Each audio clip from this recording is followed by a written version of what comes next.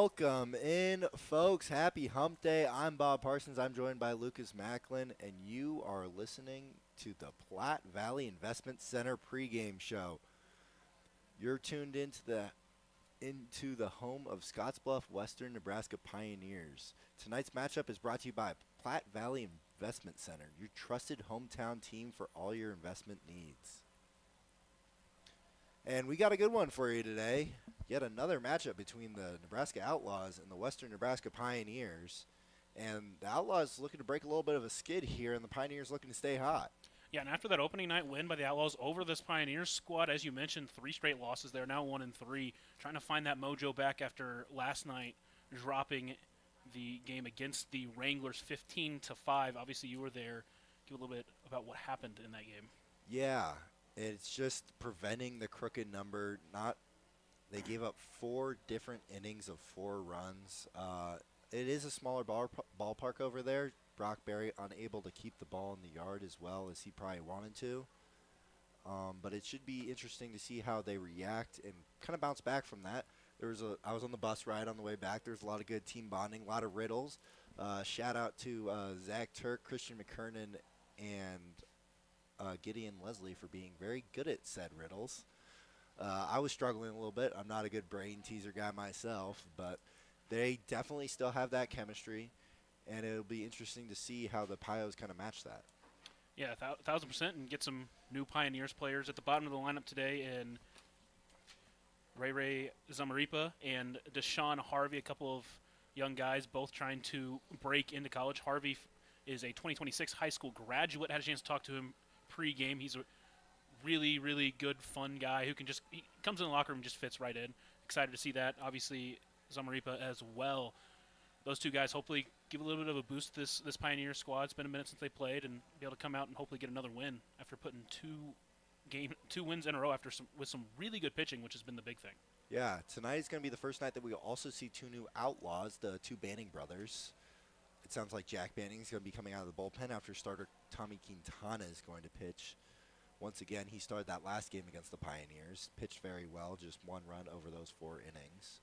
And I was seeing him pitch in the bullpen the other day. He's coming from the side a little bit, high 8s, so it should be pretty impressive to see from back here. Yeah, and one of the things I think is going to be interesting is that first inning, because both of his appearances so far, the first inning's got him. He's got to give that 3-run home run in his first appearance. Last game had a lot of traffic early, only gave up that 1 run, but after that he's been able to bounce back. So if he can get into a clean first inning and then continue to dominate the way he has post his first inning, could be really huge for him in today's ball game. And then on the other side, Roy Sanchez trying to bounce back.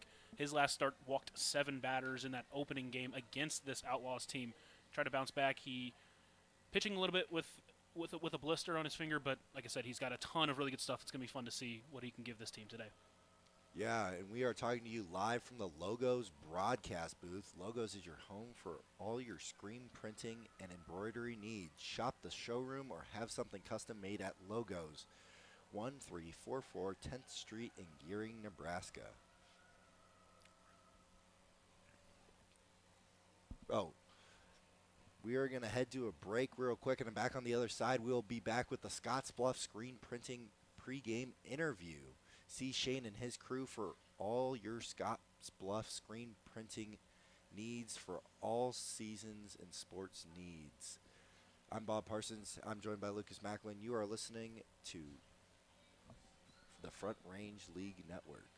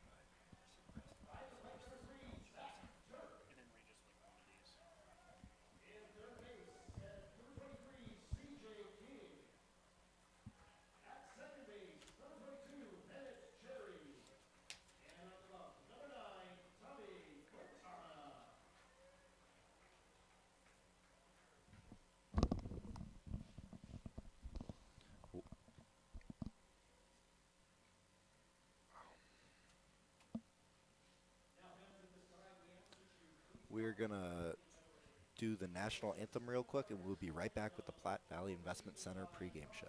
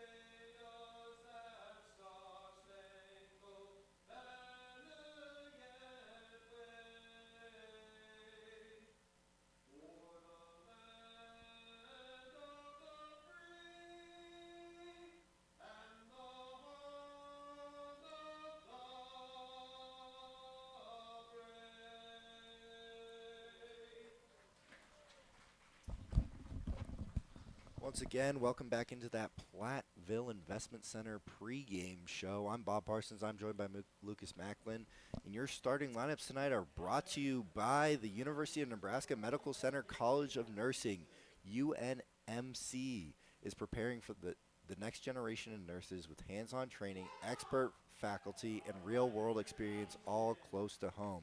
Your starting lineups for tonight facing starter Tommy Quintana are going to be Austin Feldman playing shortstop, Gino Macarini at third base, Jack Hogan hitting 3 and hitting first, Isaiah Smith playing DH and hitting cleanup, Taiki Toora playing right field, Jackson Raff behind the dish, Tanner Lancaster at second base, and Ray Zamaripa in left field. And rounding out the lineup is going to be Deshaun Harvey for head coach Eric Tolar of the Western Nebraska Pioneers. And on the other side for the Outlaws, hitting leadoff is going to be Braden Basie, followed by Lee Jones playing first base, then Jaden Barrio playing center, Seth Onnested in left, Christian McKernan at DH, and the new Outlaw, Luke Banning, will be playing right field. Zach Turk will be behind the dish. And rounding out the order at 8 will be C.J. King playing third base and Bennett Cherry at second. Our opening pitch tonight is brought to you by Papa Murphy's Pizzas at 2801 Avenue B in Scottsbluff. It's love at 425 degrees, and don't forget to register for the Papa Murphy's Text Club for a sweet deal. So mentioning a little bit pregame, Tommy Quintana on the mound. He struggled there in the first innings. His goal here has got to be try to work a quick first inning because when he gets into a groove, he's been hard to hit this year. Yeah, he's really good at not making mistakes over the heart of the plate. That's what Brock Berry struggled a little bit in last night's game against the Wranglers. Tommy Quintana able to keep that soft contact on the ground, and he just needs to work on throwing those first pitch strikes. I was able to talk to pitching coach AC before the game, and he really wants pitchers to land those off speeds for strikes. Yeah, that's going to be the goal. And for the lineup for the Pioneers, Gino Macarini up to bat second after his two-hit performance in the last game against the Wranglers. He's kind of come on as of late, played some really good defense as well. He'll be playing third base. And then Austin Feldman, who played an excellent second base defensively, he'll be playing short. It'll be interesting to see how some of these infielders play at a little bit different positions they've played so far this year. And digging into that right-handed batter's box, watching the first pitch go up and in is Austin Feldman for the Pioneers. Tommy Quintana sets. The 1-0 on its way. Swung on, hit out to the right side, out of play, and the count will even at 1-1. Like I said, Tommy Quintana just able to keep batters just enough off balance, so they're not really able to find too many barrels off of him. And these top two guys, you really want to try to get on in front of Hogan batting 3, the big-time power hitter. You really want to have as many runners on as possible for when that guy's up. Quintana sets the 1-1 on its way. Inside, almost hit him. It's going to be ball 2 here on Feldman.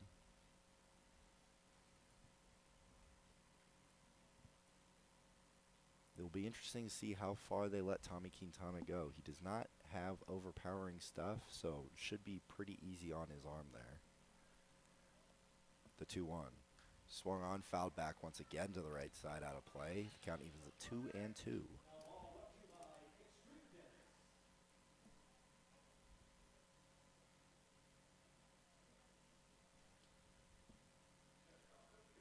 Should be interesting to see how Quintana puts batters away early here. And like I said all year, winning these even counts as a pitcher are really big. Quintana sets the 2-2. That's going to hit him. Right in the small of the back there. Feldman's going to get up, limping a little bit. You hope he's okay.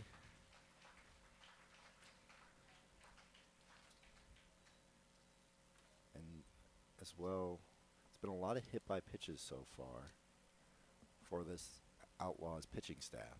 Free passes have been an issue. Yeah, including the game that will supposed to resume tomorrow.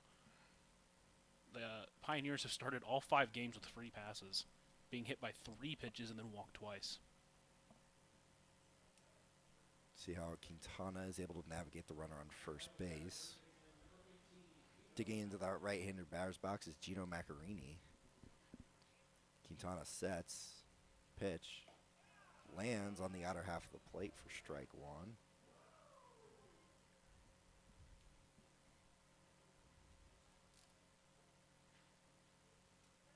Quintana sets, fires the 0-1. Swung on, hit well out to left center field. That might have a chance, and that's going to go. And it is an early 2-0 lead for the Pioneers. We talked about Quintana trying to nibble at that zone, and that is a mistake over the heart of the plate that Maccarini did not miss out to left center field. That is now 4 home runs given up in the last 9 innings of play for this Outlaws pitching staff. Yeah, that one was, as you said, just left middle, hanging over there, and Maccarini made him pay. A guy who's done really good at getting these base knocks. Well, he just showed his power right there, a big 2-run home run to get started. And once again, Quintana just struggling a little bit here in his first inning of work. Yeah, and this is about the last person you want up after you give that kind of hit. This is a guy that can clear that batter's eye out in center field, as we've seen already. The 0 to Hogan. Swung on, fouled back for strike 1. And with that, Pioneers' first one to crack the Wesco scoreboard. Wesco is a proud sponsor of our local sports, supporting athletes on the team and producers on the field. For all your agronomy, bean, feed, and petroleum needs, Wesco Service Solutions. Success. The 0-1 misses low and away for ball 1 to Jack Hogan, the first baseman for the Western Nebraska Pioneers. Like I said, the last time they played, Hogan did hit one over that batter's eye out in center field. The 1-1 swung on, hit well. Is that going to be fair? Just foul for Jack Hogan. He hit that right on the left field line, just foul. That would have been extra bases for him once again. Just a little bit out in front of it. Quintana did a good job keeping him off stride, but that kind of power, even if you are off stride, still able to do damage with it.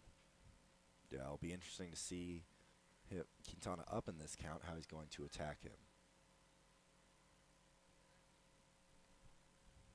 Quintana hoping to limit damage into this inning. Still nobody out in a 2-0 lead. Swung on, hit well out to right field. That's going to get down. Hogan's going to go for 2, and he's going to slide in safely. He paused a little bit rounding first base there. A little unclear if he was going to go to second or not, but he has yet another extra base hit on the season. And once again, just showing that power. Just kind of threw his bat out there, and it just carried out to right field. Past Banning out there in his first game. And as you mentioned, he was hesitating a little bit. Made the play a little bit closer than you would have wanted to, but able to get in there safely. And Quintana in trouble once again here with Hogan on second base and Isaiah Smith digging into the box at DH. The 0 to Smith. Swung on, hit down to first base. Lee Jones has it for out number 1, but Hogan's going to move over to third with just 1 out. And that's a very productive out. You get a runner at third, less than 2 away, and now it's up to Dikey to try to get that runner in now. Tawara's got some very nice, bright greenish yellow cleats.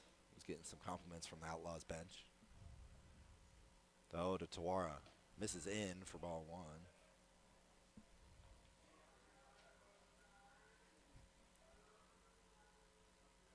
Love to see Quintana try and get out of this with just the 2 runs so far surrendered.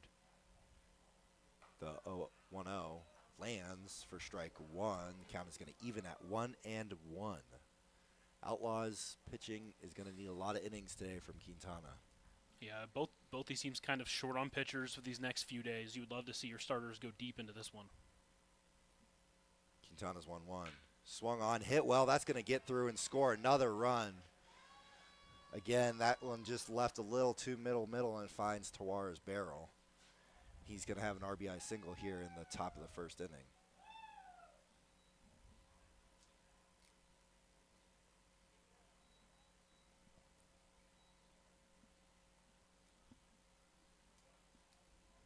And this is obviously not ideal for Quintana. You really wanted to try to work a clean first, but Pioneers have been taking advantage of some pitches that just are catching a little bit too much of the plate.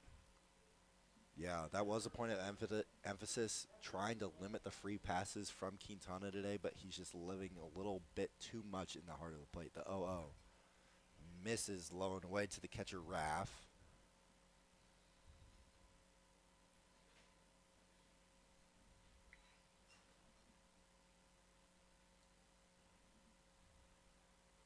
Quintana sets, delivers, fouled off. Is now 1-1 here on the Pioneers catcher. Just 1 out here in the top of the first. 3 runs already in for the Pioneers.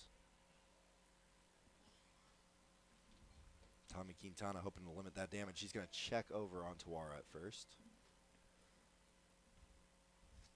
Tawara does have a stolen base on the season. He's shown some pretty good speed on the base paths.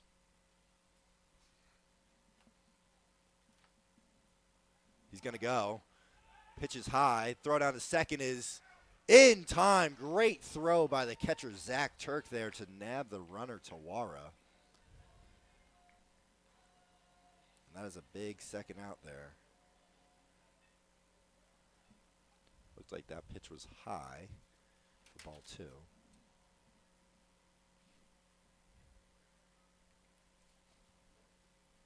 Quintana now with 2 outs and a 2-1 pitch on its way. Swung on and missed for strike 2 here on the Pioneers catcher.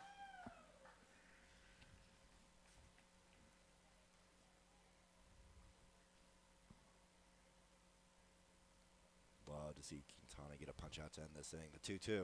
Swung on, hit well out there into the right center gap. That could have extra bases. Raff's going to go for 2. Stop about halfway in between first and second base and go back and play it safe. Probably the safe play there. Yeah, I don't think he was going to make it. Obviously, the ball ended up getting past the second baseman out there, but would have been risky. But he did a good job kind of staying even with Lee Jones over there at first, who was playing up the line a little bit. Again, finding those barrels, this Pioneers team, just like the Wranglers did last night, and putting this Outlaws team in a hole early.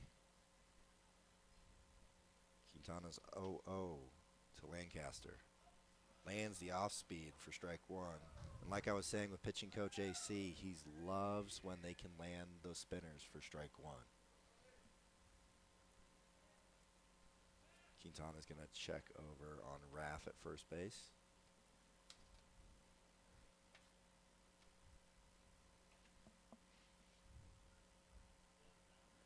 Quintana sets.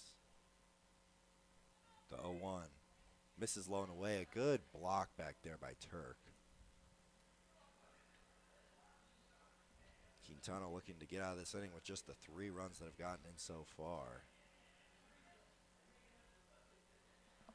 3-0 here in the top of the first. 1-1 here on Lancaster. Misses high for ball 2. Jackson Raff standing over there on first base after the 2-out opposite field single.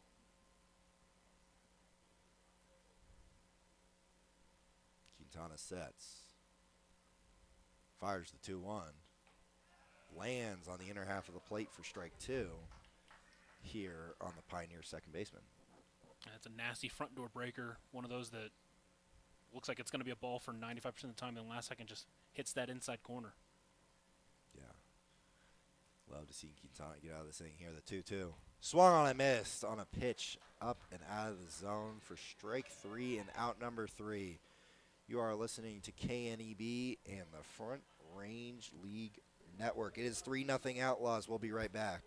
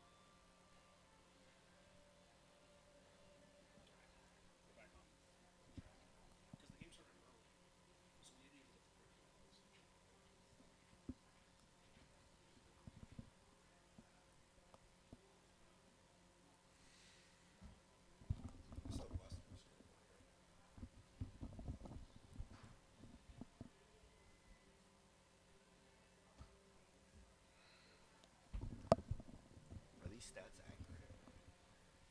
Should be. I guess you guys have only played 2 games, right? 3. But they've been switching a lot, so it should be.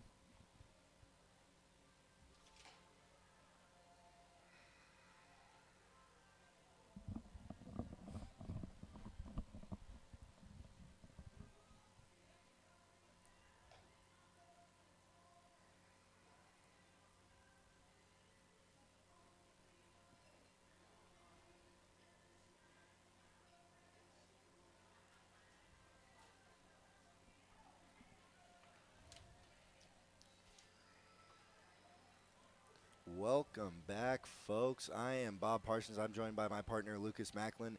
You are listening to KNEB and Pioneers Baseball as they lead the Outlaws now 3-0 after that crooked number top of the first. It was good to see that from the Pioneers. Give Roy Sanchez a lead early, and as he's trying to bounce back from his last start, dealt with some command issues, but he did show a lot of really good stuff on during those pitches. Like I said, struggled with the walks. Definitely ended up with 7 walks on the game. But he also struck out 4 batters in just 2 2/3, trying to go a lot longer, try to give a little bit more length to this Pioneers team. And that Outlaws team in that first game was able to take advantage of mistakes, and that is when they have scored a lot of runs, gotten those crooked numbers. They showed it again last night, being able to take advantage of those errors that are given to them. Sanchez, the wind. Fouled back by leadoff man Braden Basie, who's at shortstop tonight. He's the utility man and veteran for this Outlaws team, also known as Unk or Gramps in the dugout, or Tyler Toney if you think he looks like Tyler Toney from Dude Perfect. The 1-0 lands. It's now 0-2 here on Basie.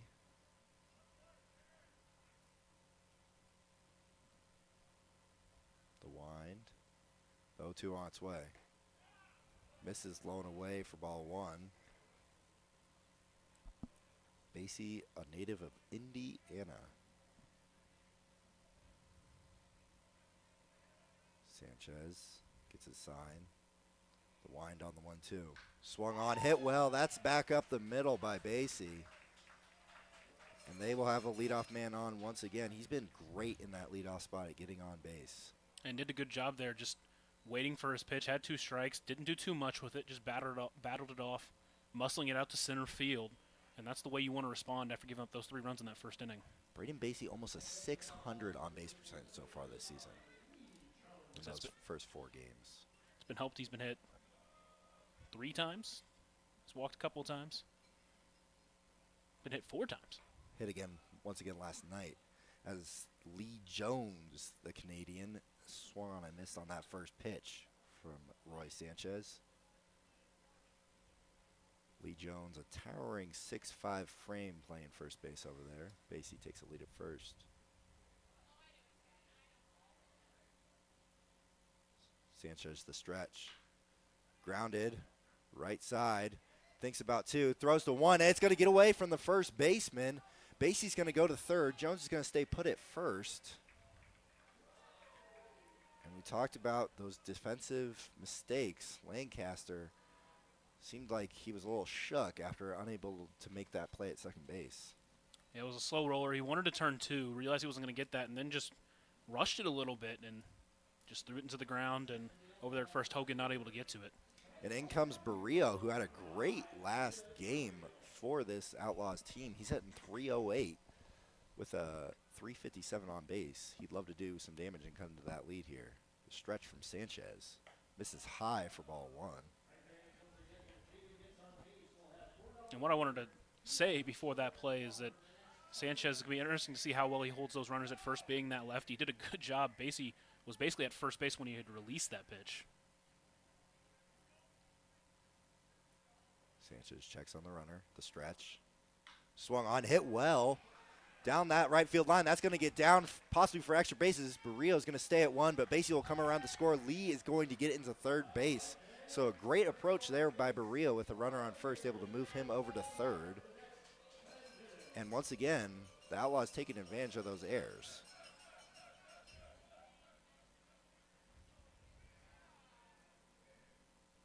And in steps Seth Onnested, who in that first game against the Pioneers hit a grand slam. He's been a little cold since then, though. Just trying to rebound back in this game, and he's in a big spot here early to try to do that. Runners on the corners here for Onnested. The 0 from Sanchez. Misses low and away with the off speed. That can be tough sometimes as a hitter. Try not to get in your head too much. You get that great game, builds your confidence a lot, but baseball is a very humbling game. The 1-0 from Sanchez. Swung on and missed. Pitch at the top of the zone.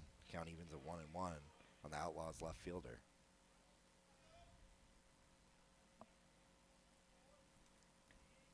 Sanchez sets. Checks the runner at first. He's going to throw over to first base. A little bit dangerous with Lee Jones over at third.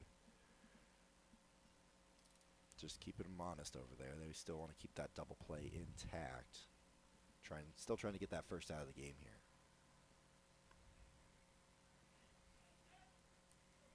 Set by Sanchez. 1-1 on its way. Swung on and missed for strike 2.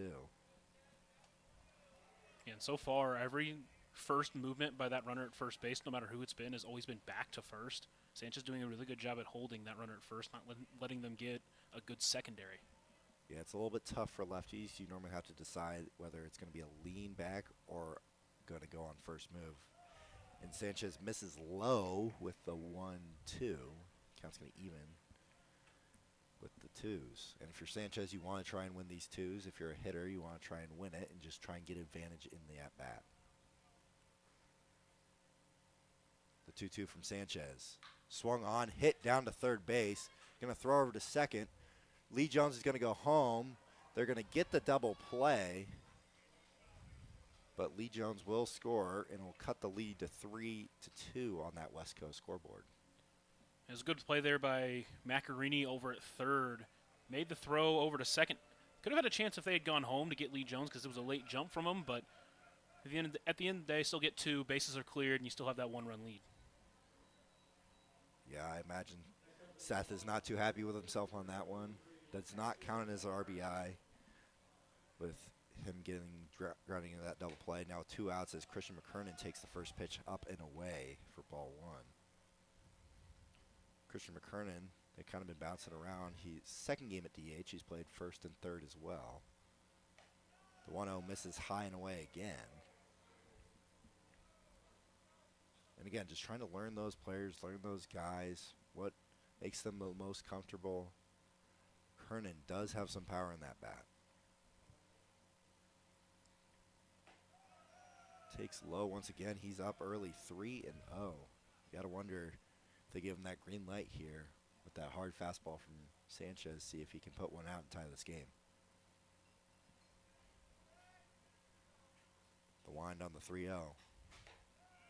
And that's going to be a 4-pitch walk. First free pass elicited by Sanchez. As you said, he gave up 7 last time.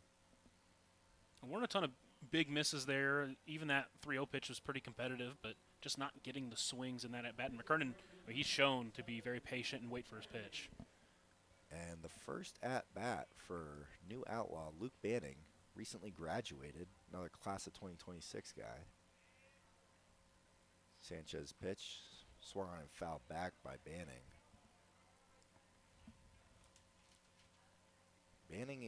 Both Banning brothers are from Nimbley, Utah. They're both also committed to Warner Pacific, which is an NAIA.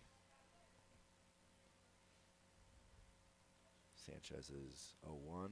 Swung on and missed on the off speed to make it 0-2.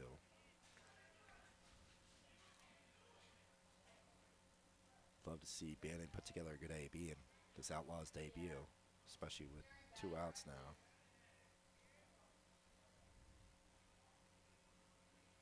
The set, the 0-2. Swung on and missed for strike 3, and that's going to end the inning. Sanchez will get out of it after giving up 2. It looked like it could have been a lot worse for him, but it is a 3-2 game. Pioneers lead heading to the top of the second. You are listening to KNAB and the Front Range League Network.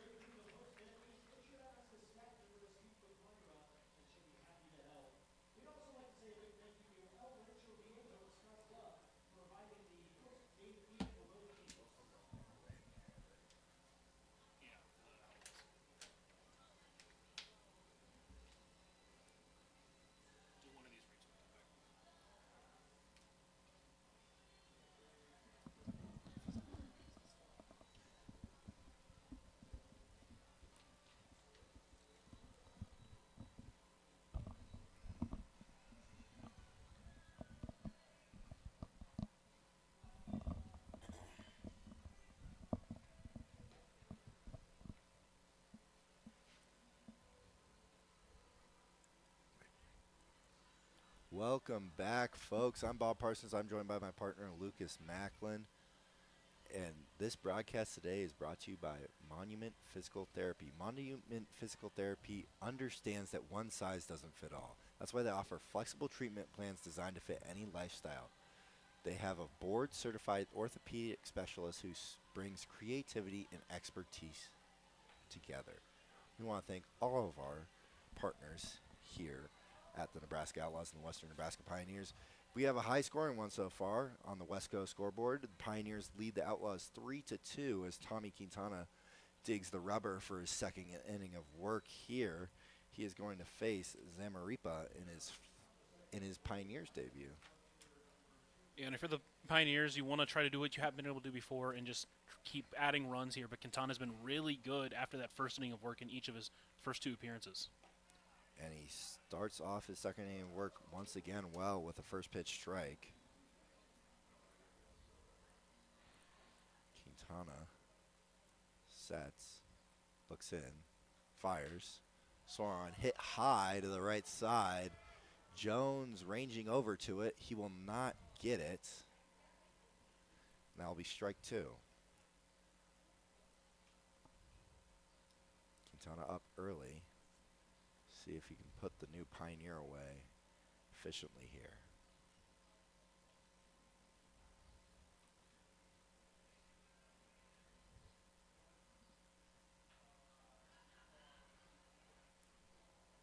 Quintana gets his sign, shakes, finds something he likes, the set, the 0-2. Swung on, hit hard, but at the shortstop. Throw on to first, it's going to be high. And Turk, a little bit of hustle, able to get back to first base. A little bit of a high throw there from Braden Basie, typical right fielder for the Outlaws. Throw it quite high to throw it over the head of Lee Jones at first. Yeah, Lee Jones standing at 6'5". But once again, Zach Turk doing a good job backing up over at first, keeping Zamaripa at first. And digging into left-handed batter's box is Harvey as he takes outside for ball one. Quintana's going to have to work around a little bit of traffic here again as Harvey's looking to flip the order. Quintana checks over on Zamaripa at first. No dive. He's safe. Quintana sets. He's going to throw over again. Zamaripa jumping over there at first base. So he got a really big jump. Thought he had timed up Quintana, but didn't quite do it. But he was able to get back in time. Quintana's been doing a lot of long holds today, trying to keep those batters and base runners off balance. Quintana fires, misses again. It's now 2-0 on the 9-hitter Harvey. Another one of these players that just graduated high school, getting a big opportunity to get some practice against these college pitchers before he takes his first Quintana college throws over game. once again. We don't have the Manfred rules here, however. So Quintana can gladly pick over as much as he would like. The set, the 2-0, misses away again. That is now a 3-0 count on the lefty Harvey. Manning center field today.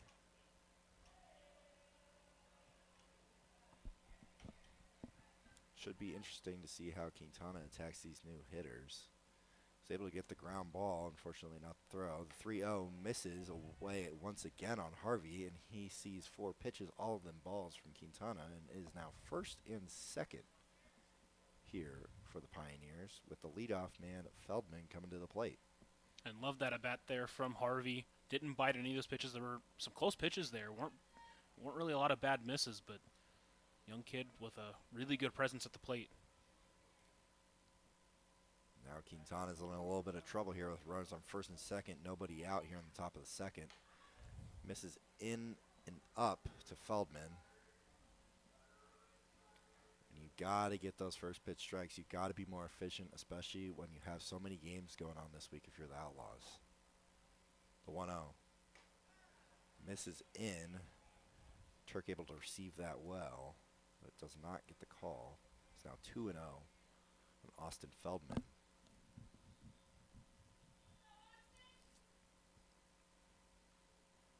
Quintana's 2-0. Misses again. That is 7 straight balls from Quintana. And you do not want to load the bases early here if you're the Outlaws and cause even more damage after giving up another 15 runs last night. Yeah, you got to find the zone. You've got to find a way of getting out here. 3-0. Lands for strike one. Is now 3-1 on the leadoff man for the Pioneers. Quintana looking to get out of here with limited damage. Already gave up 3 in the first. It's now a 1-run game after 2 in the bottom by the Outlaws. The 3-1 swung on, popped up here in the infield. Who's going to get it? Third baseman King running in on it. He's got it for out number 1, and that is about a much needed infield pop-up there. Yeah, he has a big out to get, especially ahead of this next batter, Macarini, who took him deep last time. Really needed an out there and got it. Now a double play away from getting out of this inning unharmed. And last game, Quintana was able to get that soft contact, get those ground balls. Although in that first inning, they were barreling up some balls. Obviously, Macarini took him out to right center. Yeah, and with Jack Hogan due up next, these next two batters are going to be big. Again, talking about the double play, you would love to get one here and force Hogan to hit in the third. Hogan already has a double as well, so 2 extra base hits from those 2 and 3 hitters. The 0-0 misses high. It's now 1-0 on Macarini. See if Quintana can escape a jam here with runners on first and second, 1 out here in the top of the second. And that is now 1-1 as he is able to land the off speed for strike 1. As he said, Macarini, that ball is starting to look like a beach ball to him. 1-1. Misses low and away. Turk able to keep it in front. Is now 2-1 on the 2-hitter.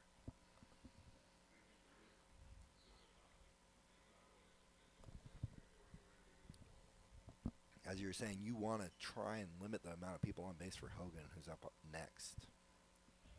The 2-1 on its way. Misses high.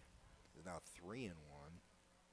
If you're Quintana, you have to get an out here. You do not want to put any more base runners on for this dangerous middle of the order.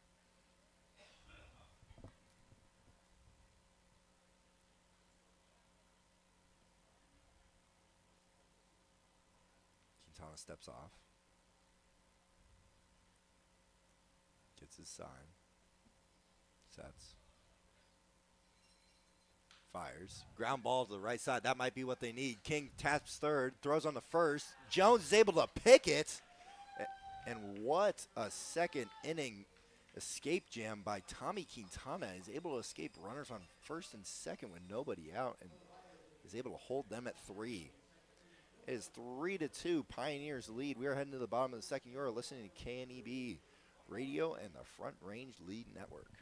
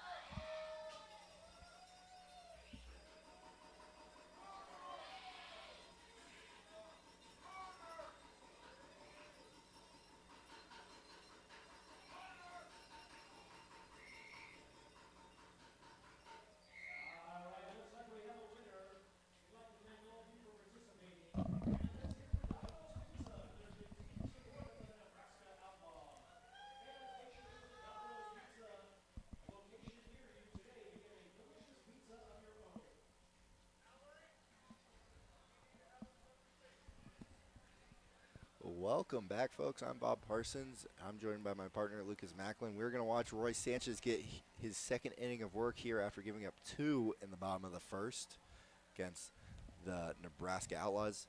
Your West Coast scoreboard is 3-2 here in the bottom of the second. Tommy Quintana, a little bit of able to escape that possibly big inning there with that heart of the order up. He did a good job getting that double play. We were kind of talking about it. You don't want to face Hogan in that inning, especially with runners on. Get the double play. And a great play there by King to not only field it, but have the presence of mind. Just tag third, go to first, and get that double play and help out your pitcher. Another great stretch by Lee Jones over there at third base. We've talked about that 6'5 frame. Able to show off his flexibility a little bit there and a good pick as well. And now if you're Sanchez, you got 7, 8, 9 up. You really just want to get these guys in order. And really that's going to come down to getting weak contact and making sure you're staying in the zone. In steps the batter, Zach Turk, in the right-handed batter's box. The Sanchez misses low and in. Turk still seeking that first hit, although he does have a 444 on base percentage. The 1-0 lands for strike one. The count's going to even on the Outlaws catcher, who's done a good job back there so far today. A couple of good blocks to keep the runners where they're at.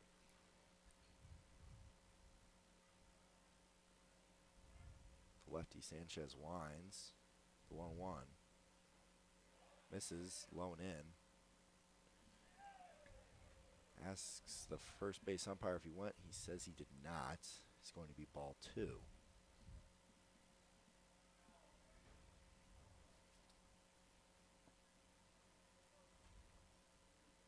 Sanchez did not want to let another leadoff man get on. The 2-1 lands on the inner half of the plate for strike 2. Said Zach Turk still seeking that first Outlaws hit, but he has been able to find his way on base with 3 walks.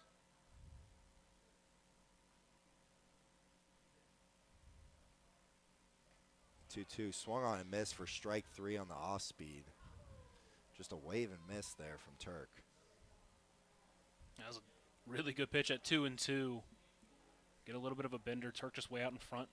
Couldn't hold off on it. Another Outlaw seeking his first hit is going to be C.J. King, who's digging into the right-handed batter's box here. See if he can capitalize after that great play over there at third base. The 0-0 to him lands for strike 1. Bennett Cherry waiting on deck. The wind. Fouled off, out of play. Count's going to run 0-2 here on C.J. King.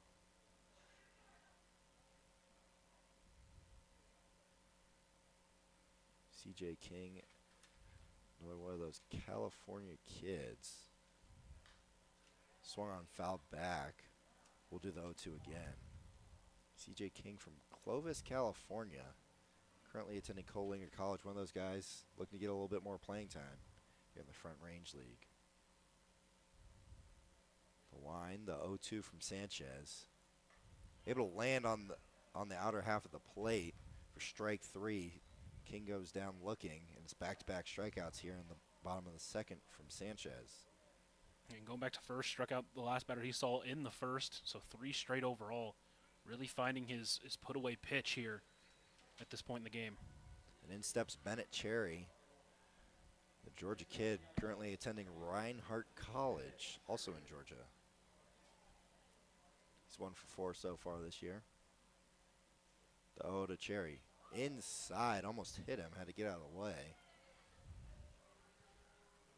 If you're a 9-hitter, you're trying to find any way on here to flip the order over for Basie, who did have that nice leadoff single to start the game for the Outlaws. The wind, the 1-0. Swung on, fouled back. Strike 1, count's going to even.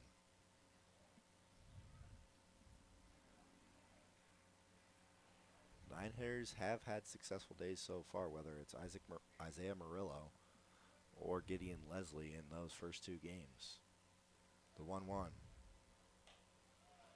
lands on the outer half for strike 2. Sanchez is looking to put the side down in order and strike out the side here. Cherry steps out, digs into that right-handed batter's box. The 1-2 wind from Sanchez. Checks his swing, did he go? And they're going to say he went, it looks like. And he's going to get to first on, drop third strike. So the home plate umpire was asking the first base umpire for a little bit, just like, hey, did he go? Did he go? Eventually he did motion that he did. And in steps the leadoff man, Braden Basie. Like we said, finding any way on possible. And Bennett Cherry's able to do that on the check swing, off speed that gets away from the catcher Raff. Basie looking to get on once again, like we said before. Close to a 600 on base percentage so far this year. The 0-0 to Basie misses low. We are in the bottom of the second. Your West Coast scoreboard reads 3-2. Outlaws are hoping to change that. Here with 2 outs in the top of the order up here in Basie. Cherry stands over there at first.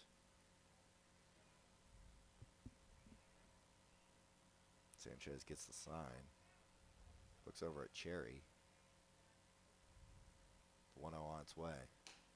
Lands for strike one. It's now 1-1 here on the shortstop for the Outlaws.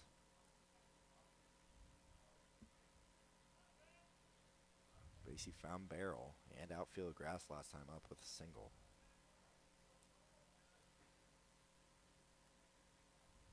The 1-1 on the way from Sanchez. Swung on, fouled off to the right side.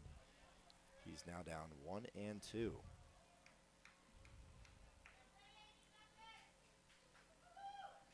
Braden Basie has brought a good veteran presence to his team, a good calming veteran presence at that. Able to kind of show these young guys, this very young Outlaws team, the ropes here in the Front Range League. The lefty sets. The 1-2 on its way. Misses low and in. That's ball two. Basie has put together great at-bats a lot this season, and that is part of the reason why he's almost got a 600 on-base percentage.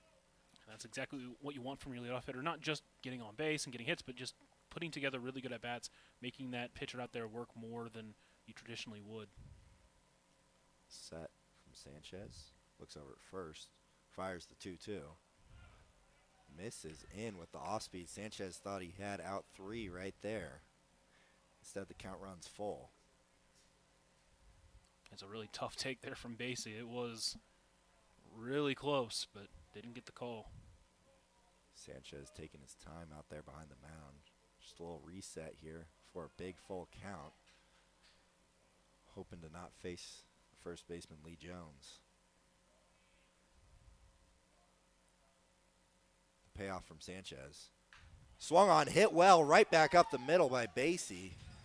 Yet another great at-bat from Basie as he is able to barrel that up and deliver that right back to where it came from. And the Outlaws have a bit of a 2-out rally going here after that drop third strike. Yeah, oftentimes those mistakes, they do come back to bite you, whether it's, a walk, or in this case, you got the strikeout, but ball gets by. Got to try to get this guy here. Don't let that mistake bite you. Lee Jones reached on air last time and did score. Those airs have snake bit the Pioneers so far when they have played the Outlaws. Sanchez is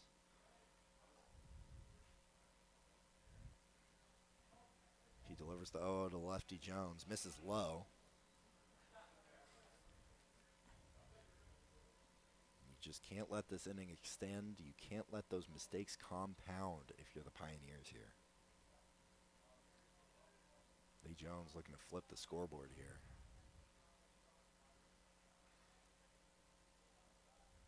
The 1-0. Misses with the off-speed up.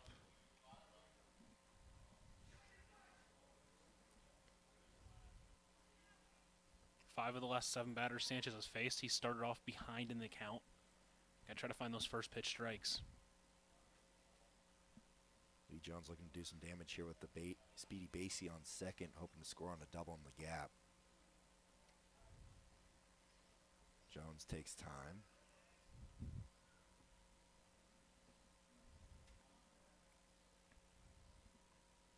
Lee Jones not having the offensive start he would like, although he is sporting a .538 on base coming into this game. He just has a .143 batting average. The pitch from Sanchez lands for strike one. He's now 2-1. The first baseman for the Outlaws. These lefty-lefty matchups can be tough for the hitter. Lee Jones is looking to change that. The set. 2-1 from Sanchez. Misses low again. Is now 3-1 on Lee Jones. He'd like to prevent Barrio from coming up again, who also got a single the last inning. They probably could flip that scoreboard if Barrio is able to do the same, and Lee Jones is able to get on here.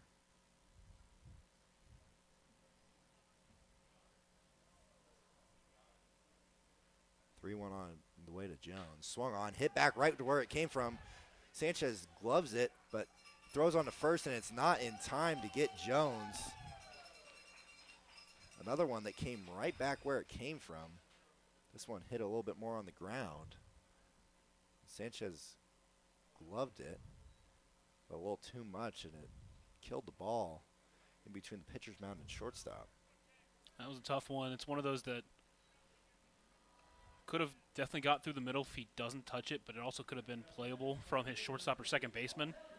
Just unfortunately wasn't able to get the glove on it enough to just stop it. It trickled behind him a little bit, and then there was really just no play to be made after that. Like I said, Jaden Barrio hit well that last game. He's hitting 308 for these Outlaws, hoping to add another RBI to those 3 that he's got so far. There's 2 out there if he can find some outfield grass. Oh, swung on, fouled off to the right side. Oh, hit well. A little bit late on that fastball.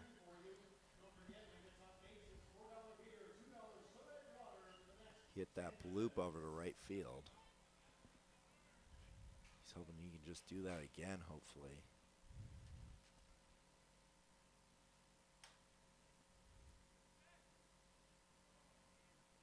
The wind. 0-1 to Barrio. Misses low and in for ball 1. Good stop there by Raff. Again, limiting those mistakes, not letting those mistakes compound, because even a little bad luck that Sanchez just saw there on the grounder back to him can be costly. The 1-1 lands for strike 2 here on Jaden Barrio, the Eastvale, California native. It's heading Mount San Antonio College. It's been manning the outfield well so far for the Outlaws.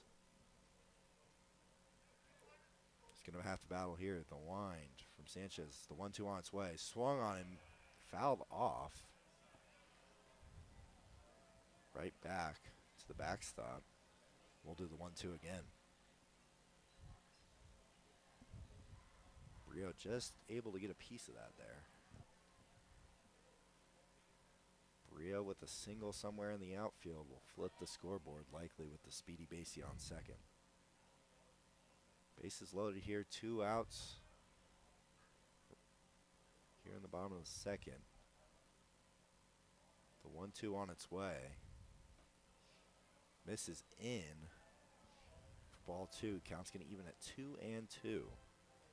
It's another one of those back foot breakers that he's done pretty well with against these right-handed hitters, but Brio just able to hold up on it. The 2-2 from Sanchez.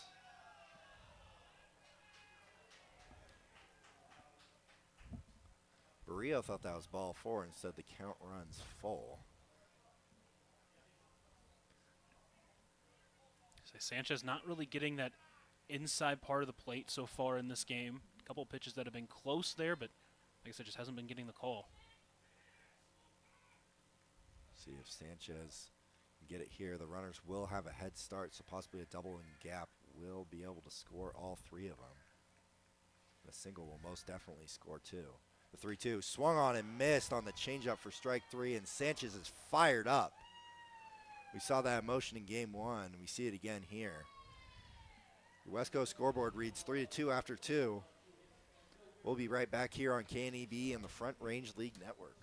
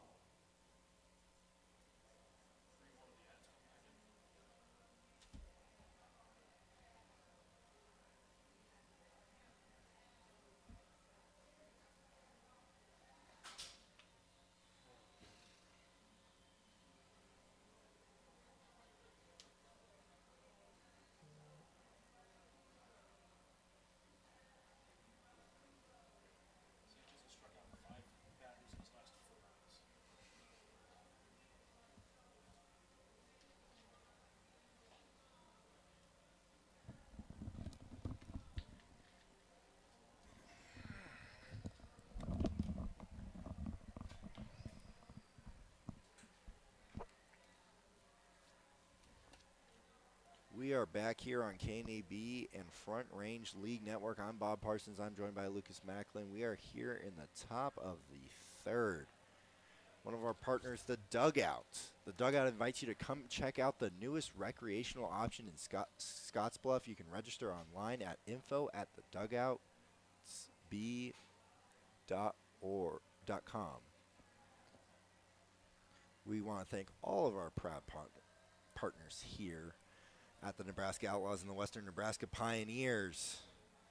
And there's been traffic.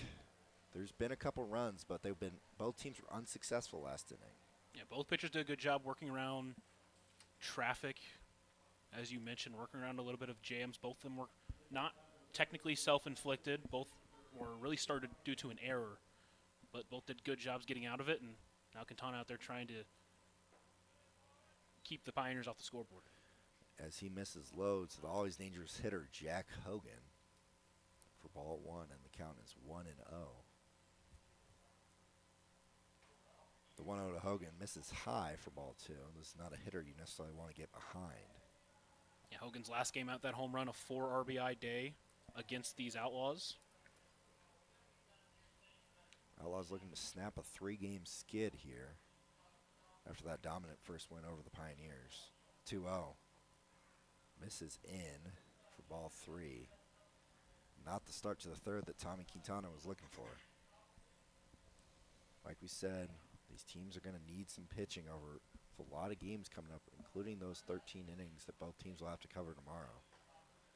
Quintana lands the 3-1, the 3-0, strike one.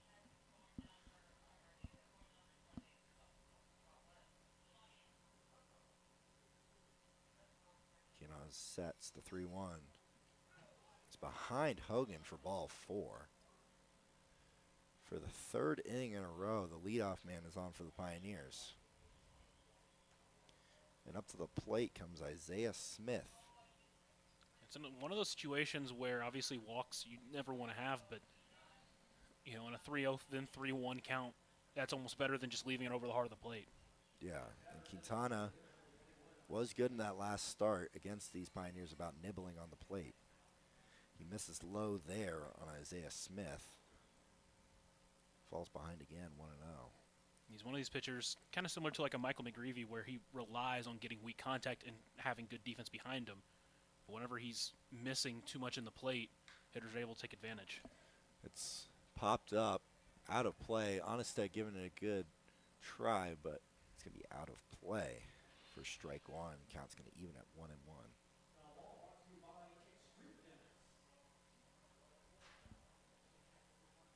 Tommy Quintana would love to get another double play ball. He had that big double play that ended last inning.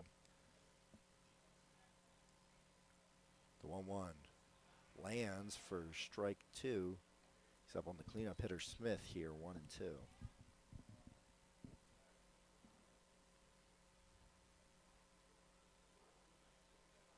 Got Tawara waiting on deck. He checks over on Hogan, who dives back.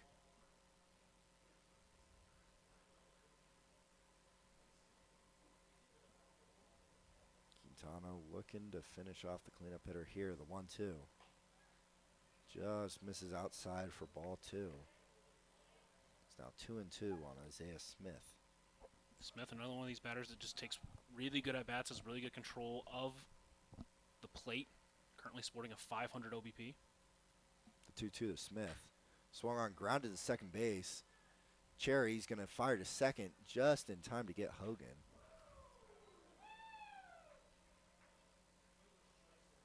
That's going to be a fielder's choice for Isaiah Smith as Hogan is cut down. Yeah, obviously it worked out. Very risky play. It was a very close play at second. Yeah. And in steps Tawara here with a runner on first base. Oh.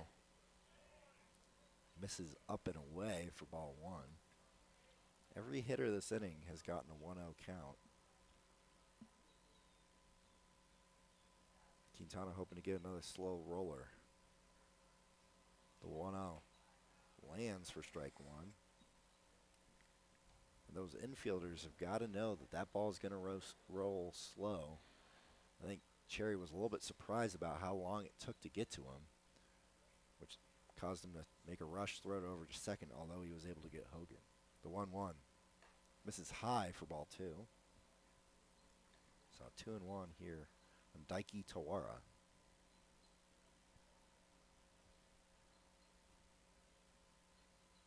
Quintana hoping to work around yet another leadoff base runner. He's got one out here with a runner on first. He's going to check over to first. No dive back.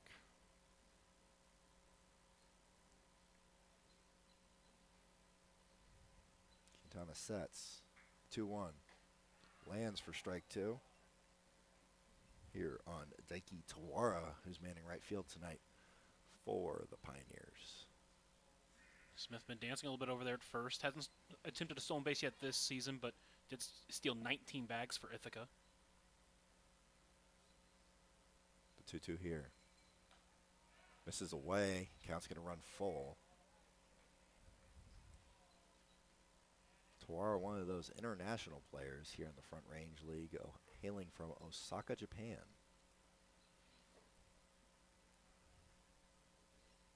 The payoff from Quintana. Swung on, grounded foul. We'll do it again.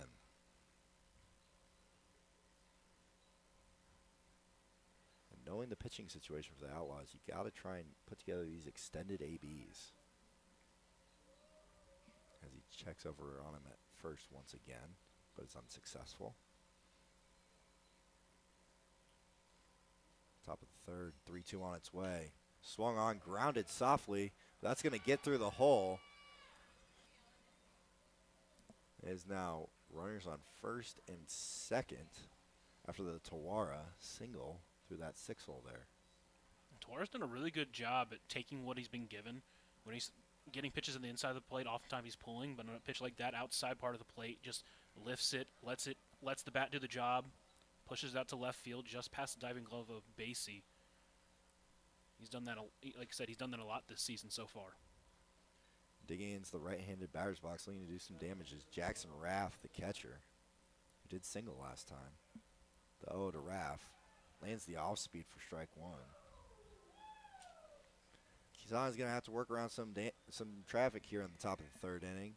The West Coast scoreboard reads 3-2 Pioneers lead. Pioneers looking to add more. The 1-0, the 0-1 misses, is now 1-1.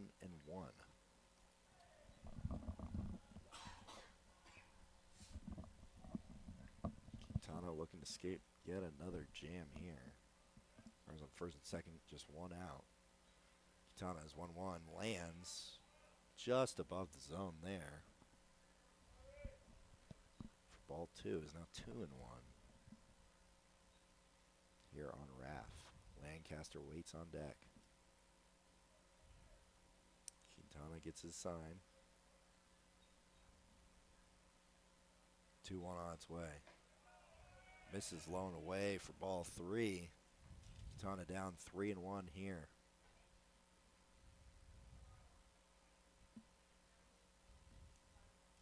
Got to limit the traffic here and try and get a slow grounder to try and end this inning.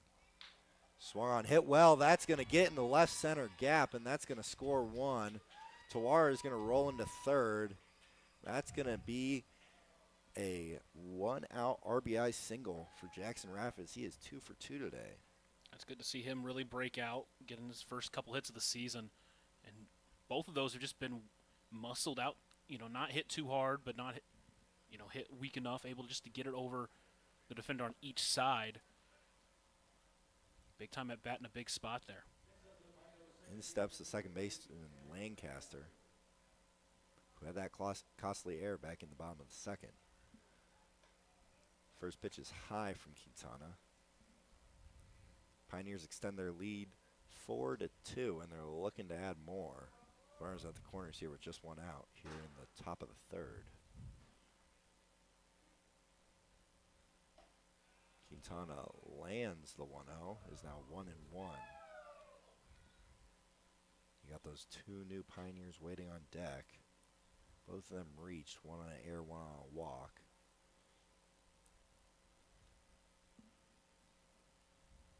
The 1-1 on its way to Quintana. Squares the bunt. He's going to lay it down. Quintana's only play is the first. The run will score. He's just able to nab Lancaster at first. A very good bunt. That's going to score another run. That was a really tough play there for Quintana. Did a good job just to get an out. That was a real bang play over at first. Another run crosses. Runner moves into scoring position. Runner on second. 2 runs in here in the top of the third. 2 outs. And Ray Zamarripa is up to plate as the first pitch misses high to him. It's 1-0 here on the Pioneers' new left fielder. The 1-0 on its way. Mrs. N is now 2-0 here on Zamarripa.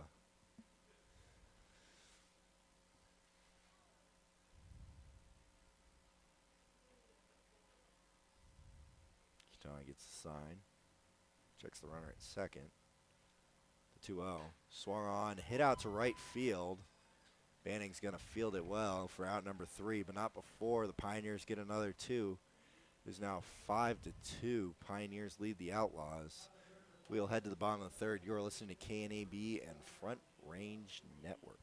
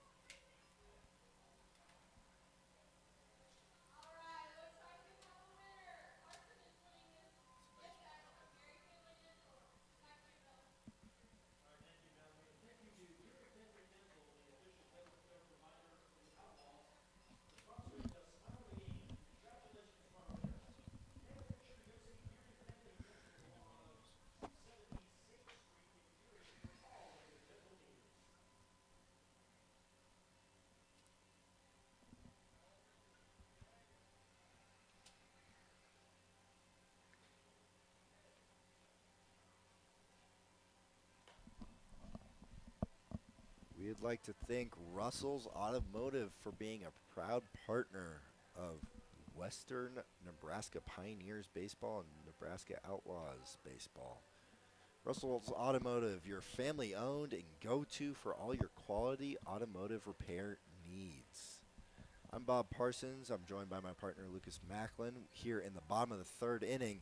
Pioneers strike again, making it 5-2 on that West Coast scoreboard. And you'd love for the Outlaws to try to bounce back, get some more runs. They did it last time, and you got a good part of the lineup due up against Sanchez, who struck out 5 batters through his first 2 innings. Yeah, he got 4 strikeouts that last inning, one of them being that drop third that started a little bit of that 2-out rally. And did a good job getting out of that. It got dicey there for a minute, but able to get out of it with that strikeout of Barrio. Like I said, big part of the lineup up, and if you're the Outlaws, it feels like you've got to try to respond here. Yeah, they have Onnested, McKernan, and Banning. McKernan and Onnested looking to bounce back after some early power in those first couple games, and Banning looking to make a name for himself in his Outlaw debut.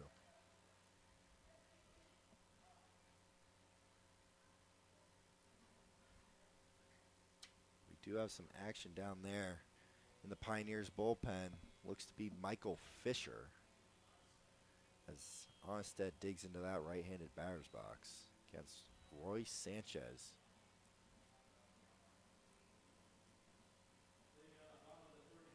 Onnested had that big first game. Bat's been a little quiet since then. Sanchez winds, misses outside for ball 1.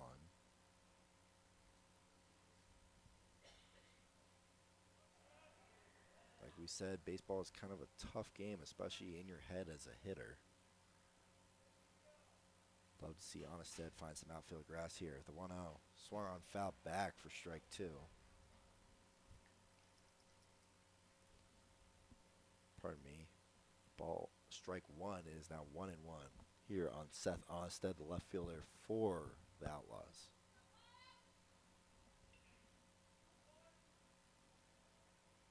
Sanchez the wind, the 1-1.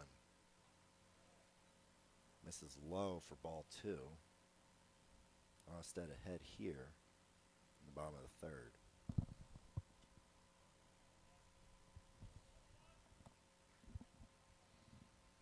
Outlaws looking to put somebody on base early here.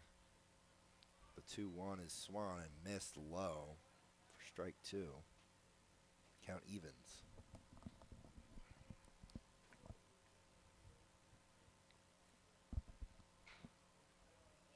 Sanchez looking to get another strikeout here. The 2-2 on its way. Misses away for ball 3. Count is going to go full here. And Seth Onstead. Whether that's a bloop single, an infield single, a swinging bunt, just something to get you out of your head. The 3-2 swung on, fouled back. Or even just a quality AB if he can put one together here. So this is a good long at bat, but again, you love to just try to get that leadoff runner on and force at least some traffic early in this inning. Sanchez gets his sign, the wind, the payoff pitch. Swung on, fouled to the right side, out of play.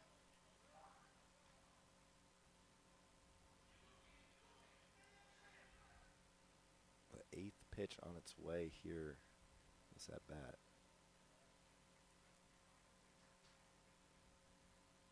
The wind, the payoff. Misses just low and away, and maybe that's exactly what Seth Onstead needed. A great quality at bat. 8 pitches, earns himself the leadoff walk.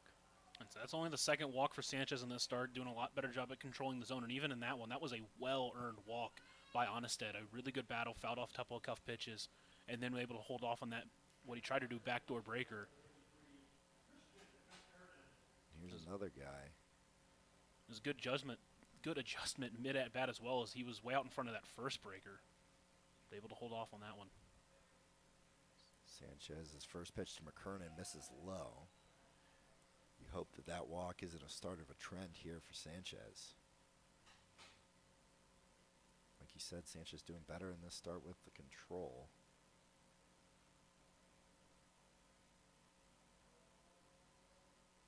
The 1-0 on its way to Christian McKernan. Strike 1. It's now 1-1.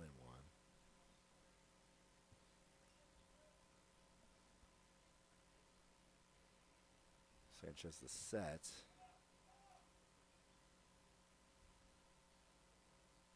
One more. He's going to check over on the runner at first there.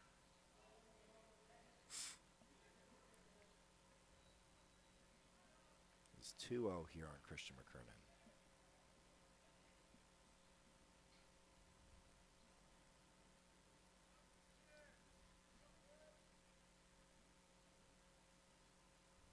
On its way. Swung on and missed for strike 1.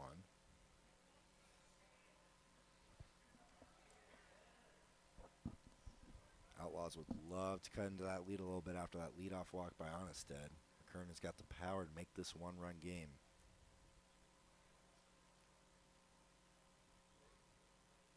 Two 2-1 from Sanchez. Lands on the outer half. Count evens at 2-2.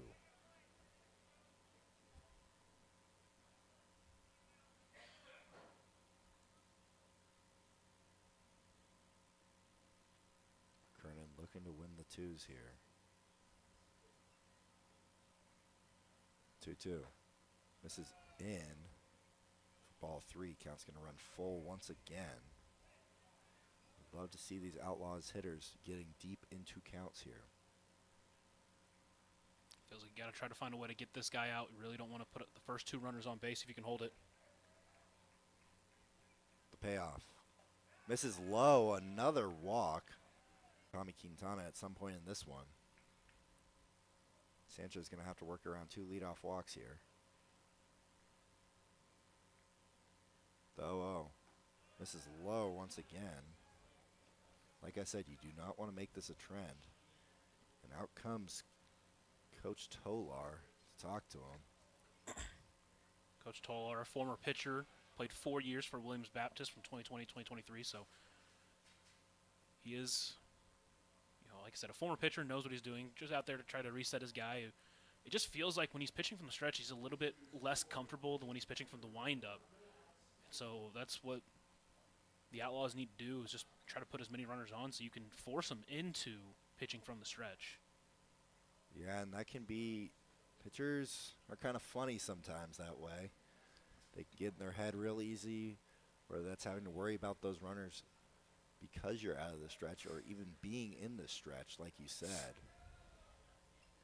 Pitchers are creatures of habit for sure. And hopefully he doesn't want to make these walks a habit, as that's what's happened to the first two batters of this inning. Luke Banning looking to make an impact here in his Outlaws debut.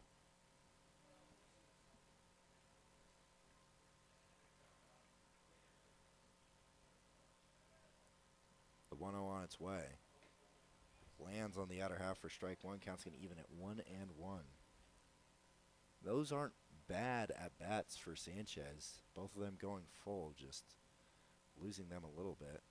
More credit to the hitters on those ones. The 1-1 misses low and away for ball two. And yet another 2-ball count here in this inning. Onstead over at second is getting a really big lead.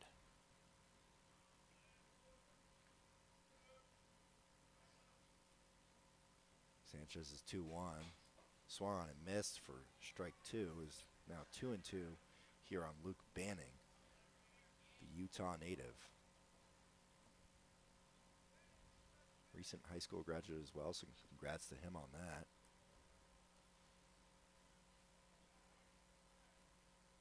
The 2-2. Swung on, grounded softly to third. You're going to throw her to second to get just one. It will be runners on the corners here for the catcher Turk. Just one out.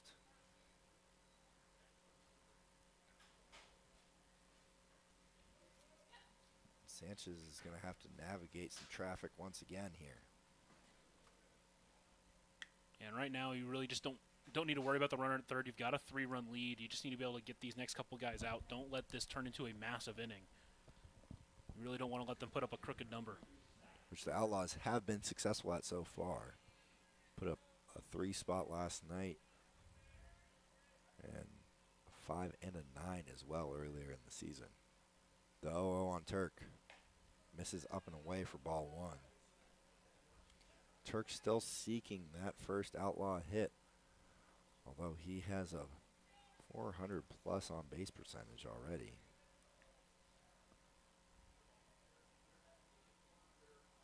The 1-0 misses low again. It's going to be ball two. Yet another 2-ball count here for Roy Sanchez. And just putting more stress on himself here when he's unable to get in the zone early in these at-bats. You really do. You need to force these hitters to beat you by getting hits, not by walking. The set. 2-0 to Turk. Misses in. That's going to get by the catcher. Banning is able to get over to second base, so that's going to eliminate that inning-ending double play, possibly. Although Onstead stays put at third, probably the best move. Did not get that far away from the catcher Raff, but is now 3-0 on Turk.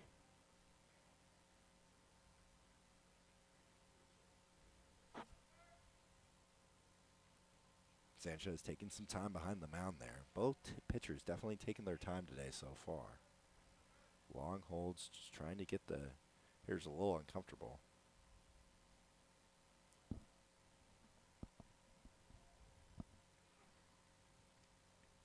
The wind, the 3-0 on its way. Misses low and away. That's going to get to the backstop. Although Onstead will still stay put.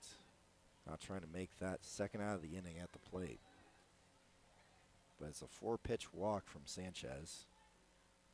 His third of the inning. Again, not wanting to make it a habit, with C.J. King digging into that right-handed batter's box. Another guy looking for that first outlaw hit. C.J. just finished up his freshman season out of Clovis, California. The 0-0. Swung on, hit back, right back to where it came from. That's going to get through. 2 runs are going to come in to score. And the Outlaws are able to cut into that lead. That ball had 20/20 vision right there, as that is just able to sneak by the pitcher, Roy Sanchez, and the second baseman, Lancaster, to get through for a 2 RBI single. And what a first outlaw hit for C.J. King.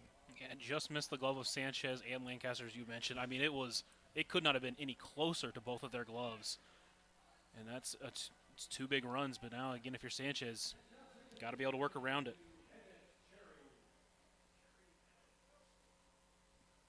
In steps Bennett Cherry, who reached on that drop third strike of the attempted 2-out rally last inning. The 0-0 misses in for ball 1. If you're Sanchez, you just got to get out of this inning. Still only 1 out with runners on first and second. You'd love to get out of this inning still leading. It's now 5-4 on that West Coast scoreboard.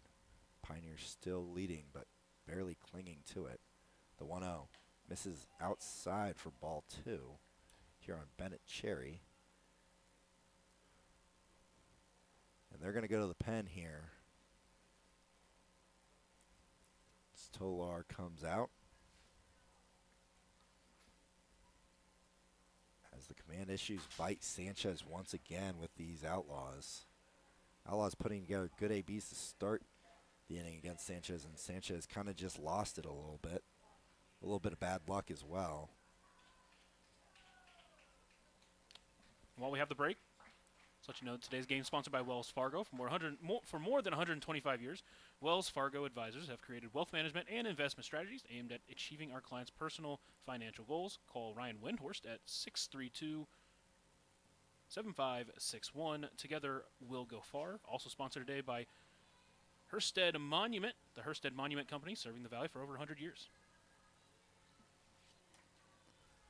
If you know somebody in the Scottsbluff Gering community that is making a positive impact, make sure to nominate them for our Seats of Honor here at the Front Range League. They get free tickets, free food when they're at the game, whether they are a nurse, a teacher, someone who served. Make sure to nominate them so they can get the recognition they deserve. A little bit of an interesting switch there is Michael Fisher, the new pitcher for the Pioneers, is going to come in with a 2-0 count on Bennett Cherry. The tall 6'3" right-hander freshman over at Western Nebraska Community College, playing for the Cougars in Scottsbluff. He's going to come in and try to limit the damage here and ideally maintain the lead for the Pioneers. Yeah, and you have the hot bat up next in Braden Basie, who has scored once the 2 times he's been up so far today. Basie just adding on to that nearly 600 on-base percentage. But he's got to face Bennett Cherry, and he's got to get out of this 2-0 hole against him.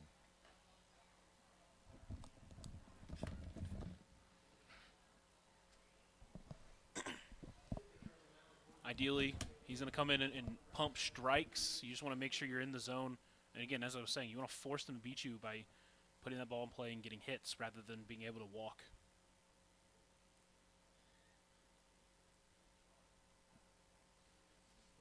Digging into that right-handed batter's box with a 2-0 lead here in this at-bat is Bennett Cherry to face Michael Fisher. Fisher's 2-0 lands a strike. Now 2-1.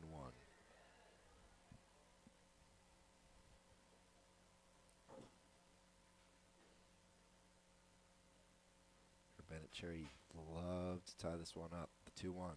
Swung on, foul back for strike 2.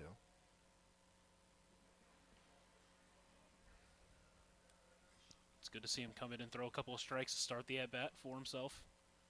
Gives him a chance to get out of this at-bat, hopefully, either with a strikeout, ground out, something, just to keep those runners where they're at. Yeah, 3 walks and a single from Roy Sanchez in this bottom of the third. 2 runs already in. The 2-2. Steps out, a late time call there from the home plate umpire. They're going to Oh, balk. they're going to call a balk on that one. A big balk at that. That's also going to eliminate the double play.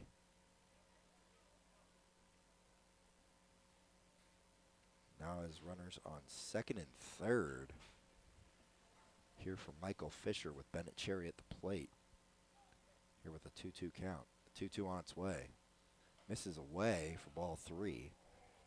Again, not letting those mistakes compound. The 3 walks earlier. Just gets aggravated by that balk there. Bennett Cherry looking to find a way on and flip that order over for Braden Basie. The payoff. Half swing. Gonna hit the ground, throw on to first to get Cherry at first for out number 2 of the inning. Yeah, that's a big strikeout there for Fisher. Just runner still at second and third, tying run at third, go ahead run at second. As long as you can avoid giving up a hit here, you can maintain the lead going into the 4th. It's gonna be a little bit tough though. Basie coming into today hitting .400 with a nearly .600 on base percentage. So he digs into that right-handed batter's box facing Fisher. The 0-0. Misses low and away. Great block by Jackson Raff. As a former catcher myself, I can tell you that is not easy to go into the other batter's box to block that off speed. And not only that, he just bounced it right in front of the plate, so it wasn't going anywhere. Yeah, if you're a catcher, you want to try and catch it with your belly button. You're trying to almost imagine having a string behind you, pulling yourself by that belly button to try and deaden that ball right on the home plate, which he was able to do. The 1-0 misses. It's now 2-0 here on Braden Basie. Looking to extend this inning with another great team at bat, which he has been so good at all year. 2-0. Swung on, hit right at the shortstop. He's going to line out for out number 3. He thought he had hit number 3 of the day, but instead it's out number 3. The Outlaws score 2. The Wesco scoreboard reads 5-4. We will head to the 4th inning here on KNAB and the Front Range League Network.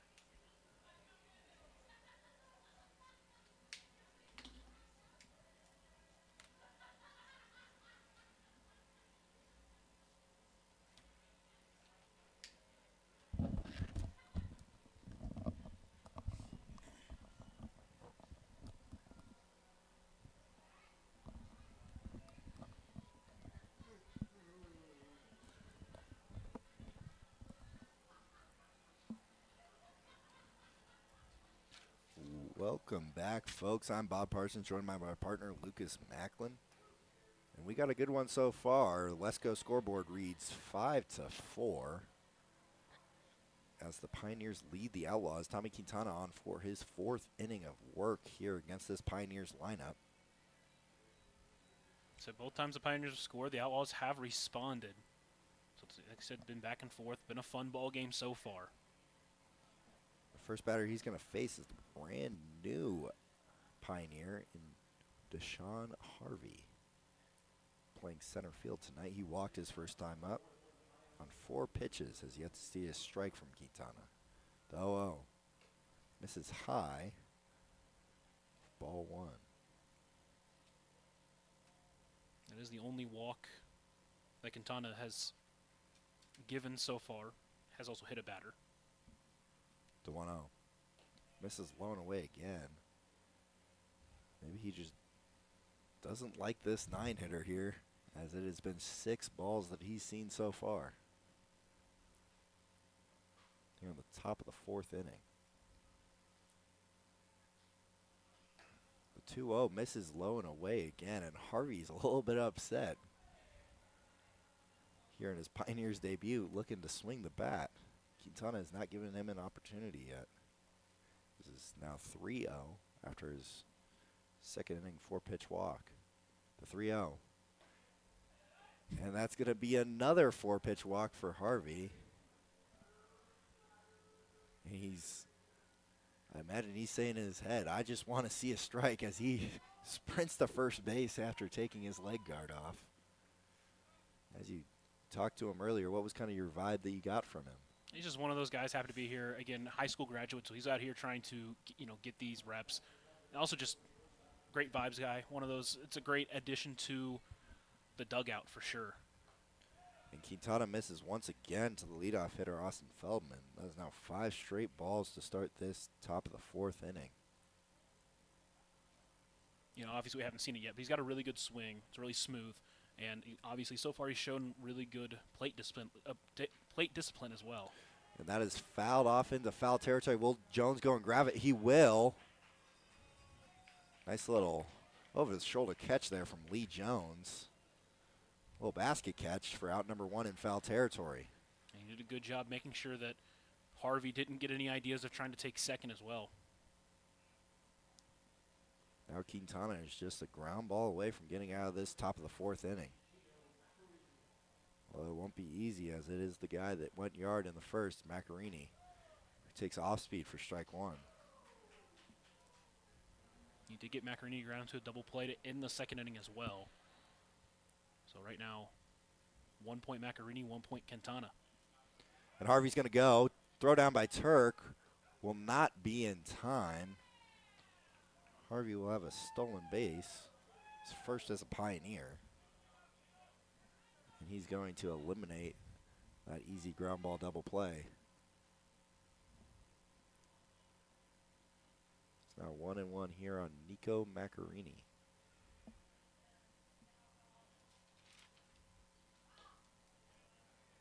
Misses. It's now 2-1. Pardon me, Gino Macarini. Macarini sporting a bright pink wood bat.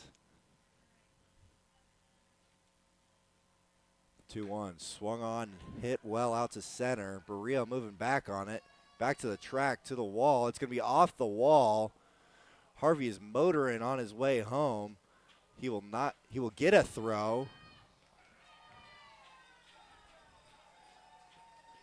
And Macarini has an RBI double.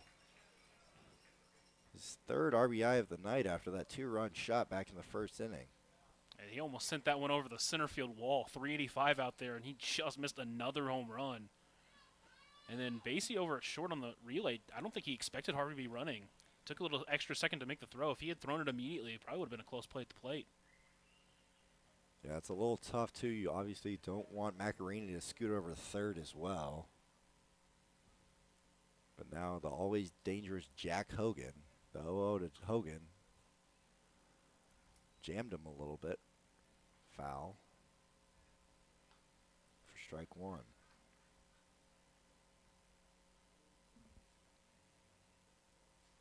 Quintana here in his 4th inning of work, hoping to limit the damage. Here with gets Hogan to swing at the off speed, low away for strike 2. Just 1 out here in the inning. 1 run already across. Macarena stands on second base. 2-0. 0-2 misses. It's now 1-2 here on Jack Hogan.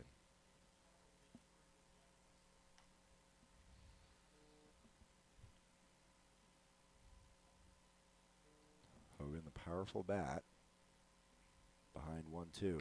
The 1-2 hit well, but foul. We'll do the 1-2 again. Quintana probably not going to want to throw that pitch again as Hogan was all over it.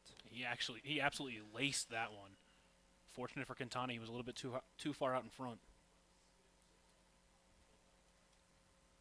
Quintana's 1-2. Fouled again by Hogan. We'll do the 1-2 once again. That one was right off the Outlaws dugout as well, and that one was a scorcher. Outlaws has some action over in that bullpen. Like we said, we assume it is going to be Jack Banning. The 1-2 misses high. It's now 2-2 here on Jack Hogan. Pardon me, that is Kingston Lee down in the bullpen. Position player that they really liked what they saw last time he was out there. The 2-2 misses high. Count is now full. He's one of those guys that can definitely give some good length, especially as they wait for more and more pitchers to get here. Jack Banning looked very good, high eights from a very low arm slot. The payoff misses into Hogan for ball 4. That is his second walk of the game after that first inning double. And out comes Coach AC. We have a proud partner in Castle and Cook. Contact Jennifer Urdialis, your local 5-star lender with Castle and Cook Mortgage, for a simple, friendly, and fast loan process for your home purchase or refinance. Contact Jennifer today. Castle and Cook Mortgage, the key to your castle.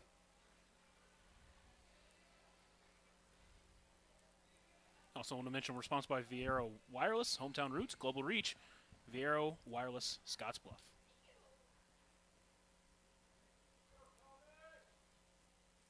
Quintana will face Isaiah Smith here, digging into that left-handed batter's box, playing DH tonight for the Pioneers.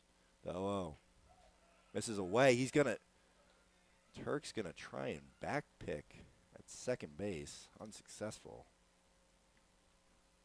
Just trying to catch Macarini sleeping over there, but Macarini did see it coming. Those throwbacks can be a little dangerous. It's pretty easy to sneak over to third if you're the runner.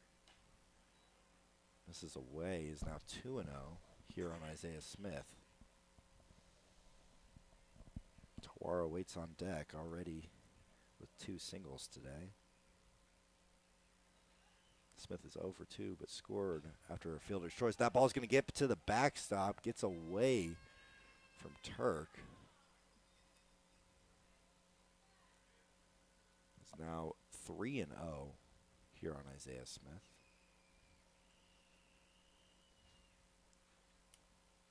And that's one you need your catcher to glove. And now the infield will play in for Isaiah Smith. Makes it a lot easier for that run to get in. 3-0. Misses up and in for ball 4. Back-to-back walks here from Quintana.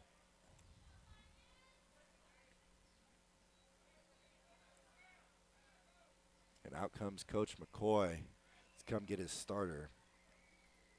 After 3 1/3 innings of work.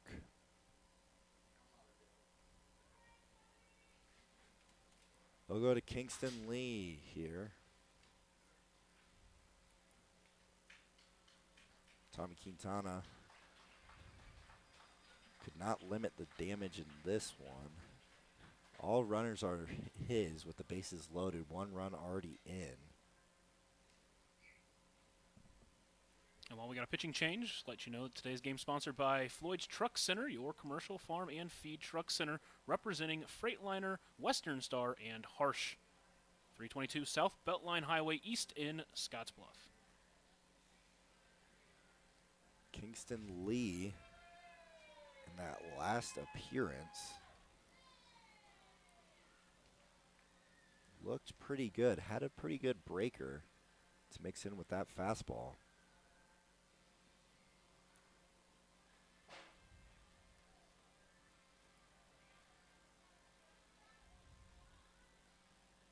Just 2/3 of an inning, 1 walk, 1 strikeout.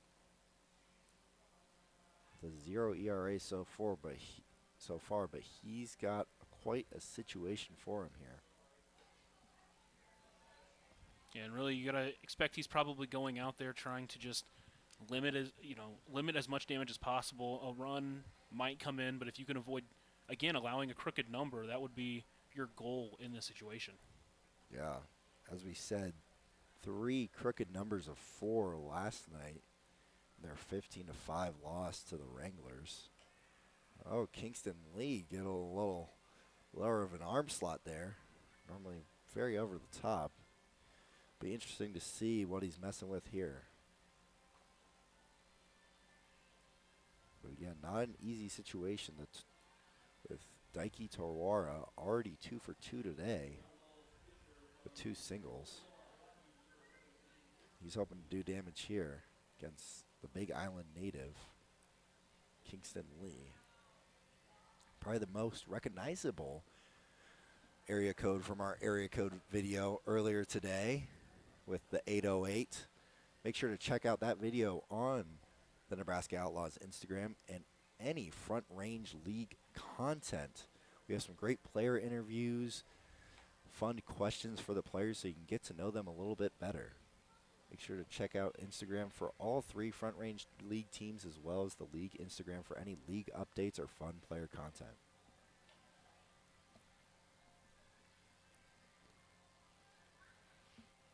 We'll see what Kingston Lee can do with Daiki Tawara digging into that left-handed batter's box.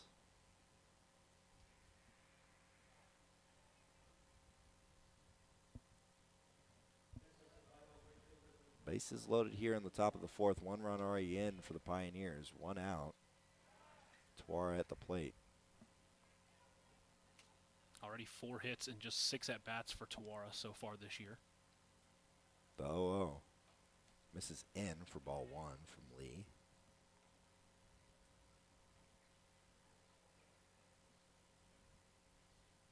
Lee's got himself in quite a situation coming out of the bullpen. Pretty much the opposite of a clean inning. The 1-0. Swung on, hit out to right field. That's going to drop. The runners will each move up 1 base as Macarini will jog across. And Tawara now has his 3rd single of the day. This one an RBI single, knocking in Gino Macarini. Lee will have the bases loaded once again with just 1 out. West Coast scoreboard reads 7-4 now here in the top of the 4th. Outlaws pitching has struggled to limit runs. Lowest scoring game against them was those 5 runs in that opener. Lee's 0-0. Misses low. Good block back there by Turk as Lee falls behind 1-0 to the catcher Jackson Raff. Raff's already 2 for 2 today, has an RBI. I'd love to add to that day.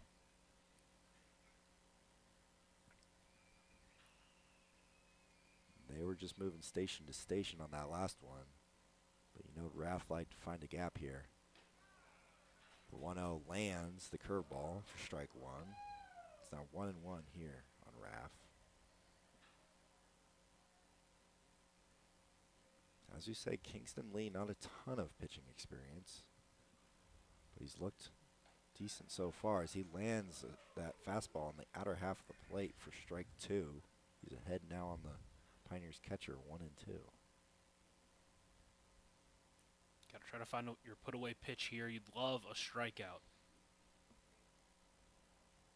The 1-2. He goes from the side, misses in. Saw him messing around with that in warm-ups. Was interested to see if he was actually going to use it in game. Uses it there on the 1-2 pitch, but misses.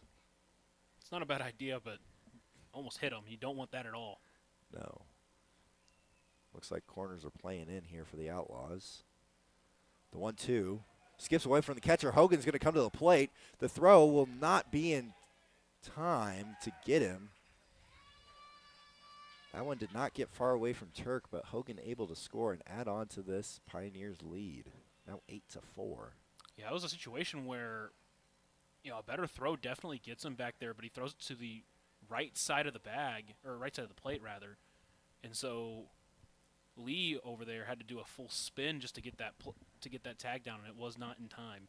That might be one of those things. Lee, not a ton of experience on the mound. They might have been able to get him there. Maybe he'd gotten some of those pitching drills tagging on the plate in high school that we did numbers of that I can remember. Infield now playing in with Raff at the plate. Payoff on its way. Misses low, loses him for ball 4. And that one hurts because you had him at 1-2, had a chance to get a big strikeout, and 3 straight pitches that miss. Another free pass for this Outlaws pitching staff. Here comes Tanner Lancaster. Corners playing in. Though from Lee, misses high for ball 1. Lancaster laid down a sacrifice bunt last time up.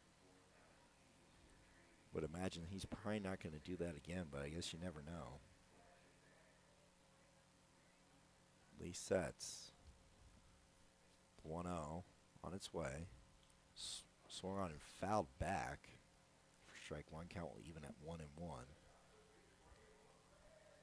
Zamaripa on deck for the Pioneers.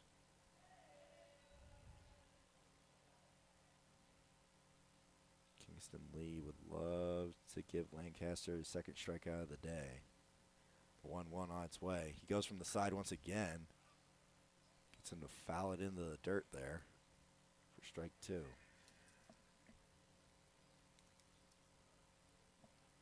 Once again, he's got another 1-2 count. Got to try to find a way to get that put away pitch, either a strikeout or some kind of ground out, ideally. Yeah, double play is in play here with the bases juiced. The 1-2 swung on, popped up here, shallow outfield, might be deep enough. The throw from Banning, runner will tag. The throw will be in time. What a throw and what a double play. What a debut and what a throw from Luke Manning out there in shallow right field to nab the runner. That's the second time they've done that now against the Pioneers, attempting to get a sac fly and a runner in. And that throw had to be absolutely perfect, and it was a big run-saving throw there from Banning. They get out of the inning, giving up another 3 runs. The West Coast scoreboard reads 8-4. You are listening to KNAB and the Front Range League Network.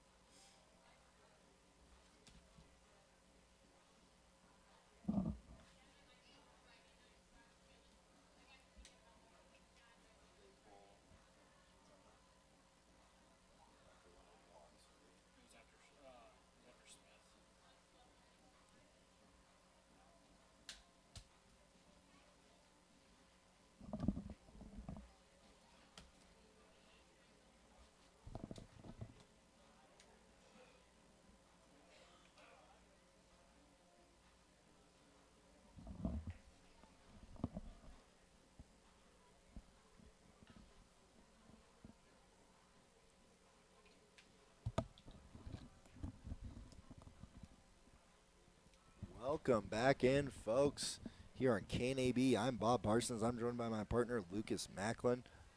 The Pioneers have a commanding 8-4 lead now here in the bottom of the 4th inning. And we'll see if the Outlaws can do it again. First 2 times that Pioneers scored, they did respond. Feels like they need to do that here as well, just to stay within reach. You have the right part of the order up for the Outlaws as well. It's going to be 2, 3, and 4. Jones, Barrio, and Onnested for the Outlaws. And in comes Fisher for his second inning of work, or first and change, you could say.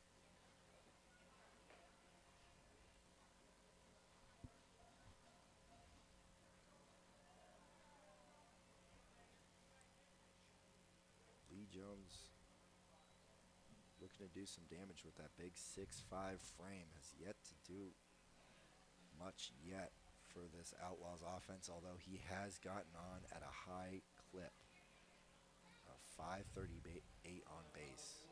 He's reached both times so far in this game as well. Oh, to Lee. Popped up out of play to the left side. Strike one.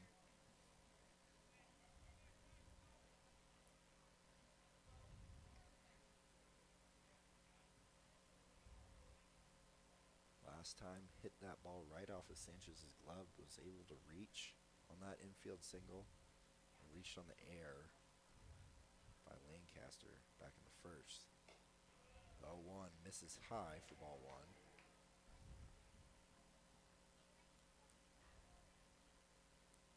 Gotta imagine there's some power in Lee Jones's bat there. Hailing from Toronto, Canada. 1-1. Misses just out for ball two.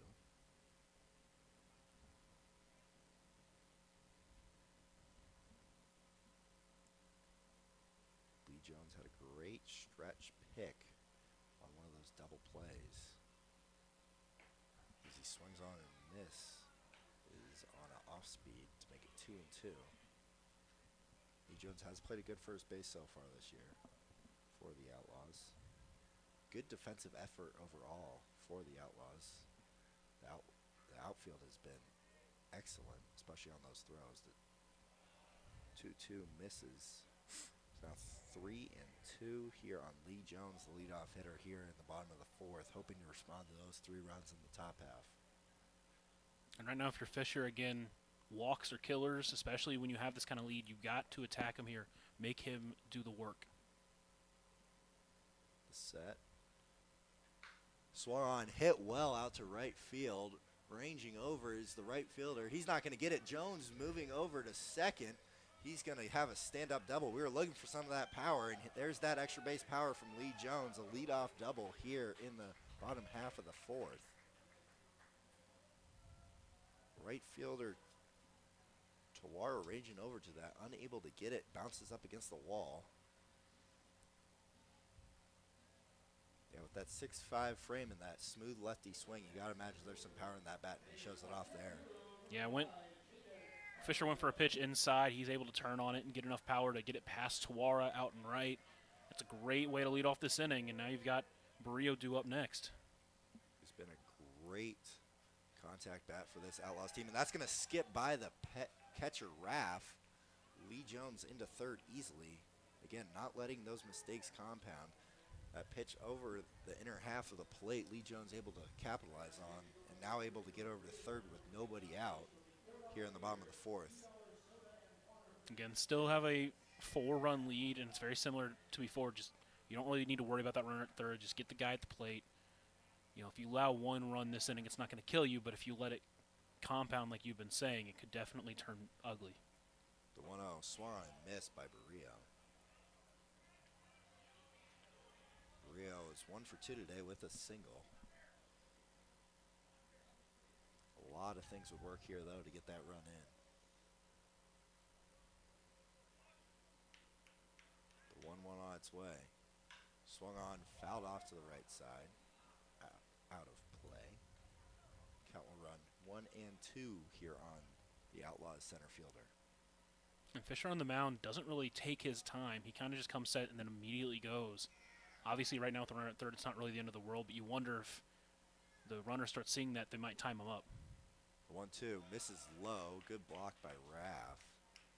Count's going to even up at 2-2 here in the bottom of the fourth inning. Wesco scoreboard reads 8-4. Outlaws looking to change that with Lee Jones standing over at third base with nobody out.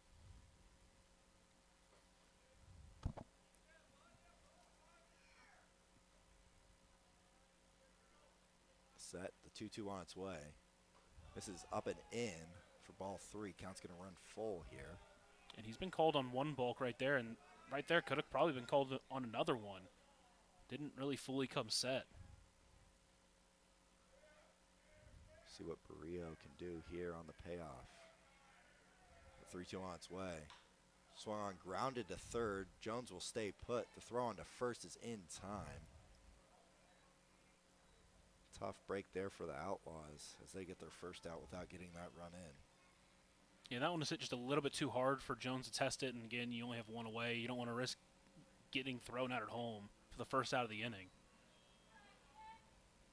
And it was hit like basically right next to third base as well, so you couldn't even really get that big of a lead without running into an out.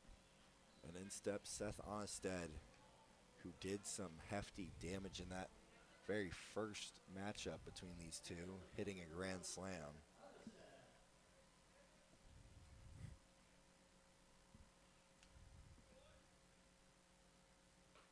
First pitch to Onstead, lands the off speed for strike one. Onstead a great at bat his last time up against Sanchez. A long at bat leading to a walk. Some great foul pitches, foul balls, and a great take on that 3-2. The 0-1. Swung on and missed for strike two. Would love to see Onstead battle here and hopefully get that run in before 2 outs. Yeah, you've really got to be able to protect the plate now. Just got to try to put something into play. Ideally, be the right side of the infield if you have to. The 0-2. Swung on, hit well into that right center gap. That's going to get down. Could be extra bases. Harvey with his speed able to get there, but it slips out in the outfield grass. Onstead diving into second base. He'll have a double to score the run. And like I said last time, maybe that good at bat is possibly leading to him breaking out of that early slump. And you mentioned it. Harvey almost made a fantastic play. Just lost his footing. If he's able to stay up, he's holding Onstead to a single. But like you said, Onstead doing his job, making sure that run comes in, and then even doing a little bit more, getting that double, and now another run scoring opportunity. Yeah, and you're likely not going to hit another grand slam. So just trying to put base runners on and capitalize on those mistakes. The 0-0 to McKernan, hit well. Out to left field. That might go. It will! Christian McKernan, his second home run of the year, and the 2 cold bats in the middle of that order show up with back-to-back extra bases, and we got ourselves a 1-run ball game here, and the Outlaws have 3 early as Christian McKernan hits a towering shot out to left center field. That was a big one, and like you said, the Outlaws continue to answer every time the Pioneers put up runs, keeping this game close. And if you're Fisher, you just got to kind of reset yourself and rebound. Again, he's not walking your body, and that's kind of the big thing, but Outlaws doing some damage with their bats. Yeah, and those 2 cold bats in the middle of the order do a lot of damage there. A double by Onstead, and then a towering shot to left center by Christian McKernan. Who knows, maybe those riddles yesterday got them out of their slump on the bus ride back. And in steps Luke Banning, who made an incredible throw out there in right field. He fouls the 1-0 pitch out of play.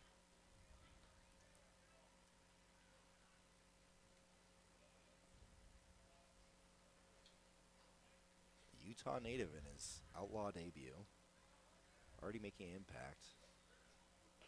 That misses in. It is now 2-1 on him.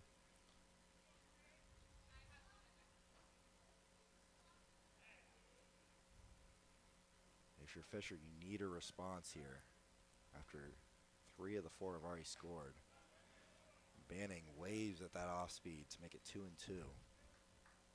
Like we say, pitchers can very easily get in your head as you're on that stage out in the middle of the diamond. The 2-2 misses in.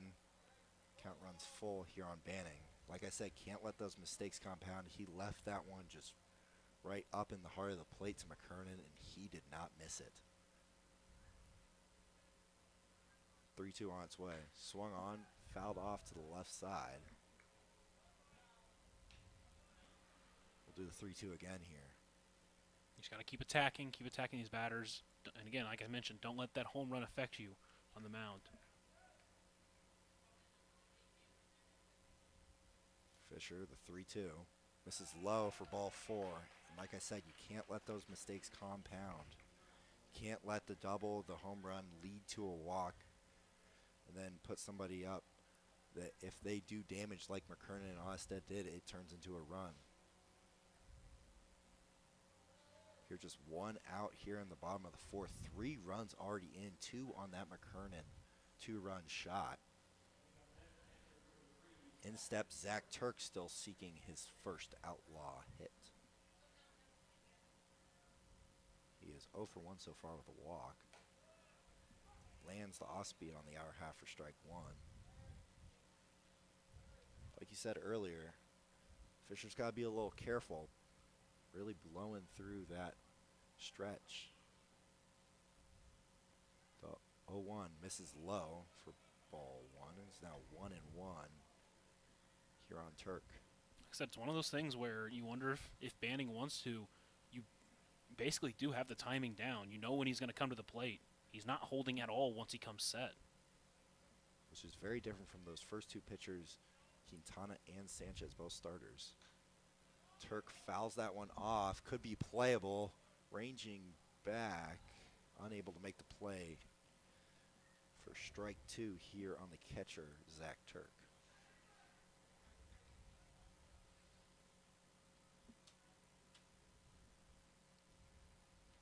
If you're Fisher, you'd love to get a ground ball right at somebody here. He got one to hold Lee at third with Barrio up. Love to get about the same thing here. The catcher, Zach Turk. The 1-2 on its way. Misses low and away with the off-speed.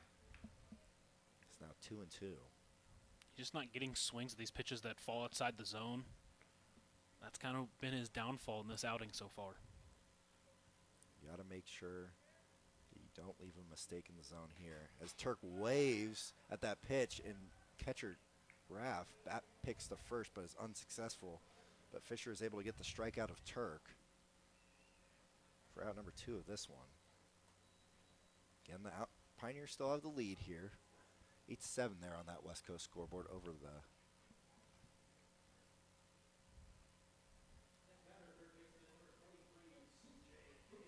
switch hitter Lee. Flipping around here. He got his first hit as an Outlaw his last time up. He also got 2 RBIs. King would love to do more damage here. The 1-0 on its way. Swung on, grounded softly to second. Lancaster softly toss over to first for out 3, but not before the middle of the order of that out for the Outlaws does their damage, highlighted by a Christian McKernan 2-run homer to left center. It is 8-7 Pioneers lead over the Outlaws. You're listening to KNAB and the Front Range League Network.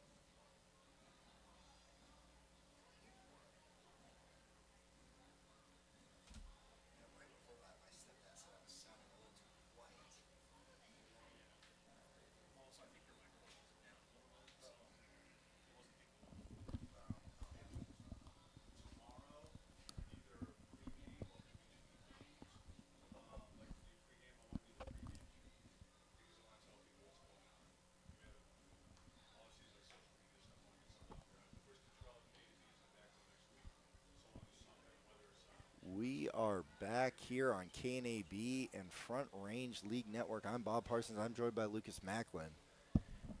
This has been a high-scoring affair so far as the Outlaws respond to the Pioneers 3 in the top of the fourth with a 3 of their own in the bottom.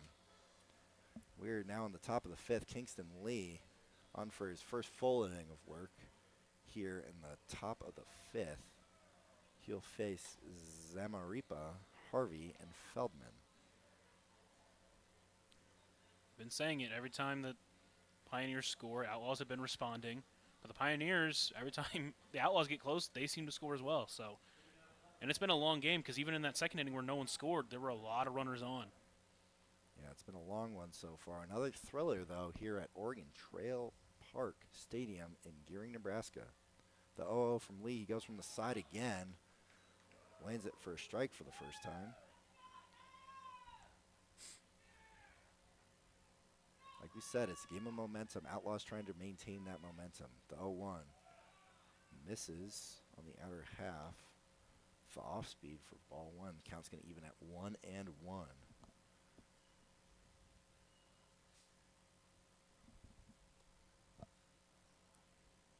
Kingston set the pitch from the side. Misses low. Hasn't had a ton of success with it. Gives the hitters a little something different to look at. But unless you can be successful with it, not sure how much use it would be. The 2-1. This is high for ball three. And last thing you want to do here if you're Kingston Lee is give up a leadoff walk. If the Pioneers are able to put bat to ball, find outfield grass, that's one thing. But it's another thing if you're putting yourself in harm's way.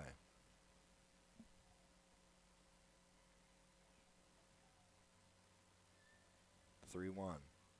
Swung on, hit well out to center. Barrio ranging over. It hits off his glove. And Zamaripa's going to roll into second base. The throw on is in time. Bit of a aggressive base running by the new Outlaw. Gets him thrown out after the error by Barrio. Makes up for it with the throw. Yeah, and again, a little bit of hesitation there on the run, and that was a tough call for the umpire. He was not positioned very well, but it's one of those, the throw beat him, so he just ended up giving the call either way. And that's the 9th ball that Deshaun Harvey has seen today. Yet to see a strike. The 1-0. Another one. That is 10 now for Deshaun Harvey, the new Outlaw. Gotta imagine that's some sort of record in the Front Range League. He wanted to swing at that one, but he was able to hold up.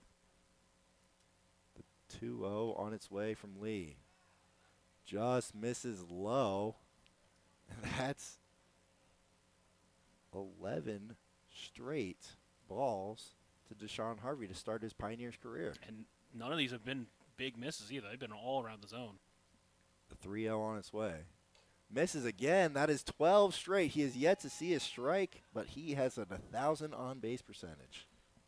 3 for 33 walks. That's quite the debut. And that's going to turn the lineup over. Another good at-bat from Deshaun Harvey. Kingston Lee's going to need a ground ball to get out of this inning. As Austin Feldman comes to the plate, he's 0 for 2 with a hit by pitch back in the first. The 0-0. Swung on a miss, grounded into the dirt, but Turk's able to block it well to keep Harvey on base after he stole second his last time on. And Feldman wanted to be aggressive there, but ended up going after a pitch that was way out of the zone. The 0-1. Same pitch, gets away from Turk. Harvey's going to speed over to second.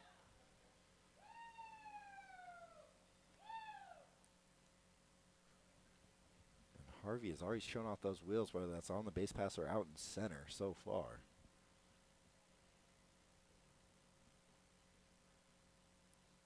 Count is 1-1. Kingston looking over. Pitch swung on, fouled back for strike 2. It's now 1-2 here on Austin Feldman, shortstop for the Pioneers.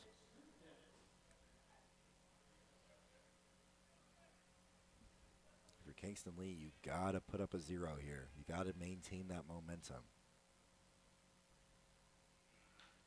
The 1-2 popped up in foul territory, should be playable for Lee Jones for out number 2.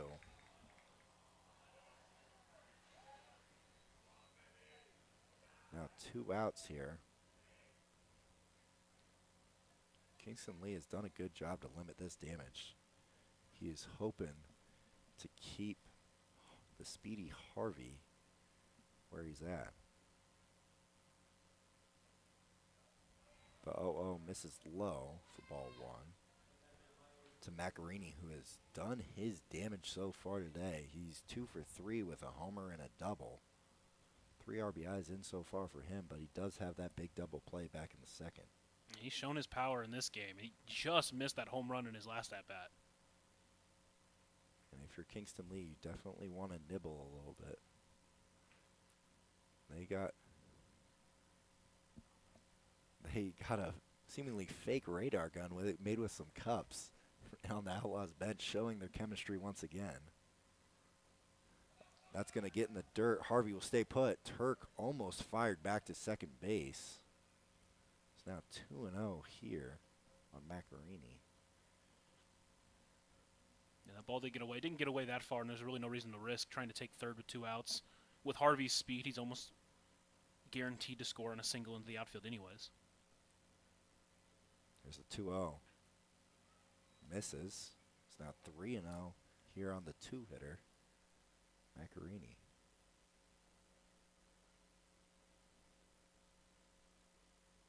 Macarini looking to get his 4th RBI of the game here. The 3-0. Lands it. Strike one is now 3-1 here on Gino Macarini.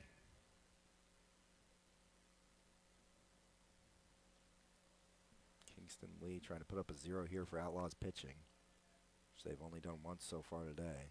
Harvey's going to go. Turk's throw over to third. C.J. King just trying to keep that in front of him over at third. And yet another stolen base for Harvey. A little bit of a high risk, low reward there. The 3-1 pitch, but it works out in their favor. So he got a good jump with his speed. It would have been close if that throw was a little bit closer to the bag, but you also potentially give them the risk of maybe throwing it away and you get to score home. And now if the ball does get away, you could potentially see him try to take home as well. And the dangerous Jack Hogan is up now with runners on the corners here with 2 outs here.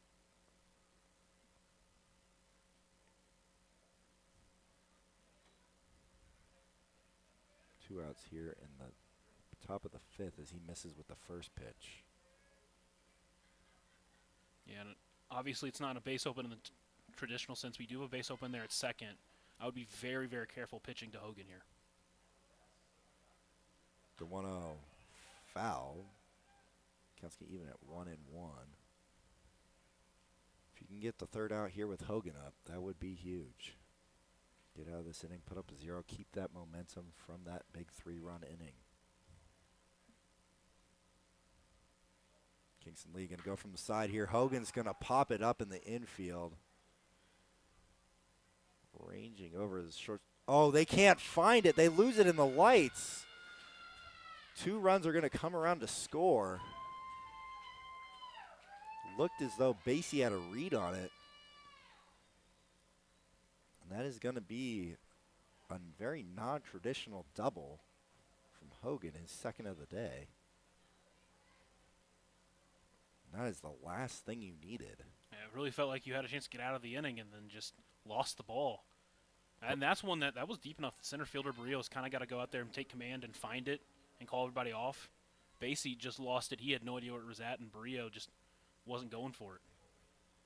And Hogan very frustrated with himself, too, after that. As well, tossing the bat to the dugout, kind of shaking his head. But he gets rewarded with a 2 RBI double. Grounded over to Lee Jones. He makes the grab. He's going to take it himself. Just in time to retire Isaiah Smith. And that'll do it for the top of the 5th inning, but not before the Pioneers score 2 with 2 outs to make it a 10-7 ball game as we head to the bottom of the 5th. You're listening to KNAB and the Front Range League Network.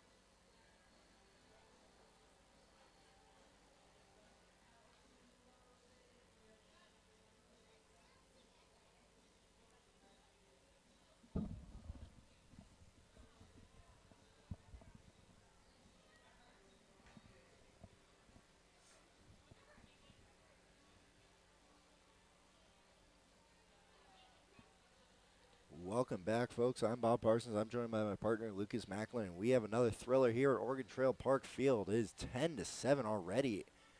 After 4.5 innings, the Pioneers lead the Outlaws 10-7 on that West Coast scoreboard. On for his third inning of... On for his second and change inning of work is Michael Fisher. Had a little bit of a rough one his last time out. Seeing if he can respond here, facing Cherry, Basie, and Jones. Similar to the Outlaws, just trying to get length out of their pitchers here. You'd love to see them get through the fifth at least. And if possible, you go quickly enough, maybe run them back out there for the sixth. The 0-0 to Cherry. Misses low. Ball 1.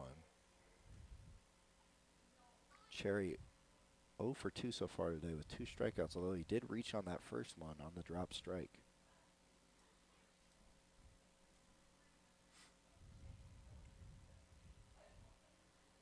Fisher, the set. The 1-0 misses. It's now 2-0. And once again, the Outlaws in another spot where they need to respond offensively. We'll see if they can do it. They were able to do it last inning, matching the Pioneers 3. Cherry takes strike 1. He's now 2-1 on the 9-hole hitter. And Georgia native.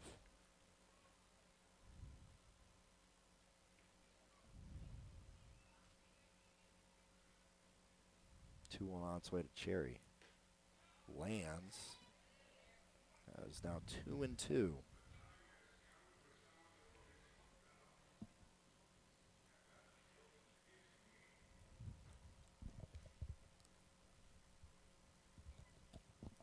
Important 2-2 pitch here to leadoff man Bennett Cherry. 2-2 on its way. Misses low and away. Count will run full. Cherry looking to find any way on possible to put up Basie, who's put good bat on ball 3 times so far today, was rewarded with 2 singles. Payoff. Grounded foul. We'll do the 3-2 again here in the bottom of the 5th inning. Basie on the on-deck circle tried to glove it or hand it, whatever you want to say. Just couldn't quite field it cleanly. And a little bit of a tough break for the Outlaws in that top half of the 5th inning. Letting that ball get lost in the lights there.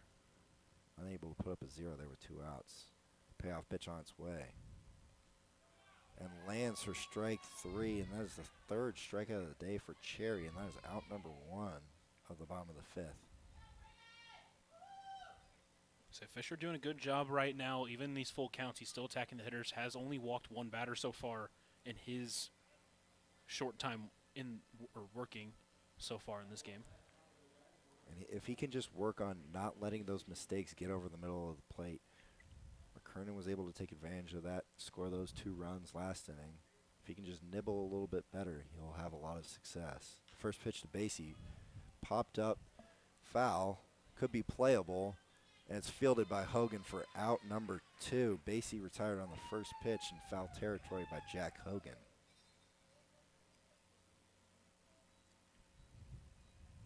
In steps the big lefty Lee Jones, who led off that big 4th inning with a double.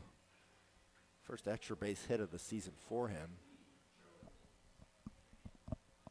Yeah, and this is where the damage started for him in this in his last inning. Let's see how he responds going up against Lee Jones this time. The 0 to Jones. Swung on, hit well again down that right field line, just foul. That had extra bases writ all over again for Lee Jones. Fortunately, falls just a couple feet foul. I like to see him try to attack the outside part of the zone, try to make him roll over on something.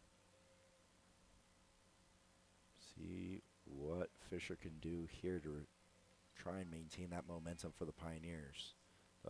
0-1 lands on the outer half of the plate for strike 2. 2 outs here, 2 strikes, bottom of the 5th inning. Pioneers lead the Outlaws 10-7 on that West Coast scoreboard.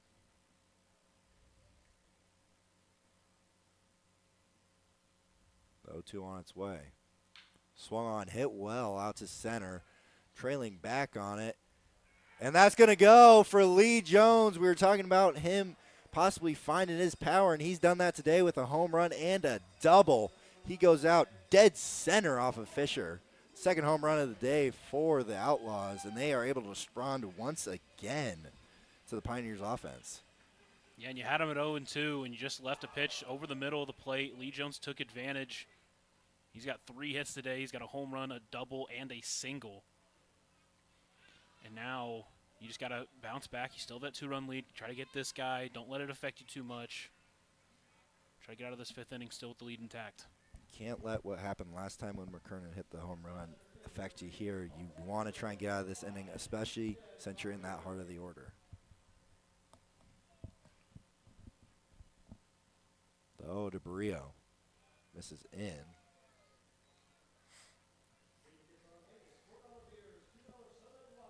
Seth Onnested waiting on deck. Breaking out of that slump a little bit with the double. The 1-0 to Barrio. Misses. For ball 2 here. Gene Barrio manning center field today for the Outlaws. The 2-0 on its way to him. Misses high. He's now 3-0. Again, you can't let those errors compound. Those mistakes compound. That was a middle pitch on 0-2 that Lee Jones was able to attack and send over the center field fence. You can't add that with a walk, and he does. He misses in. Jaden Barrio able to reach. And now the dangerous 3 and 4 hitters, Seth Onnested and Christian McKernan, are looking to put more damage here. Let's see if he can try to get Onnested here. Really don't want to face McKernan in this inning. Kernan has been seeing the ball well today. Those 2 walks and then the towering home run to left center field. Onnested hoping to stay hot here with the double in his last at bat. Oh, to Onnested, swung on, pulled down the left field line and out of play. There's also some action going on over in that Outlaws bullpen. Wonder if that is Jack Banning over there.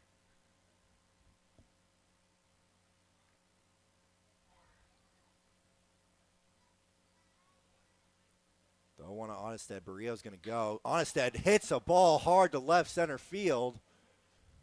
He's got another one against these Pioneers. That one's going to leave, and we have ourselves a tie ball game.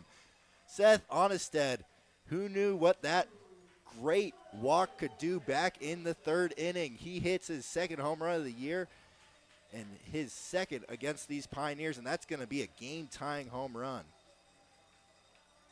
Yeah, just Fisher has started to leave too many pitches over the heart of the plate. Need him to go some distance, keep him out there, but these Outlaws hitters have started to really figure him out. And now you face a guy he's already hit a home run off of him. That one was just a concrete mixer of a slider, and they're going to they're going to grab the bat. It almost looked like they're going to intentionally walk Christian McKernan. I was going to be a little surprised with nobody on base, but just grabbing that bat from Seth Onnested. That was just a concrete mixing off-speed pitch right over the heart of the plate, and Onnested did not miss it. And he has done damage when he has gotten a chance to. Those 2 home runs leading to 6 RBIs for him. First pitch from McKernan misses in. Good response here from the Outlaws offense that really has gone a couple of games being a little bit more quiet than they usually have been. But they've really responded tonight. What a game we have here as the 1-0 to McKernan misses low. It's now 2-0 on Christian McKernan. You can't make a mistake here over the heart of the plate. I've already paid for it twice so far this inning.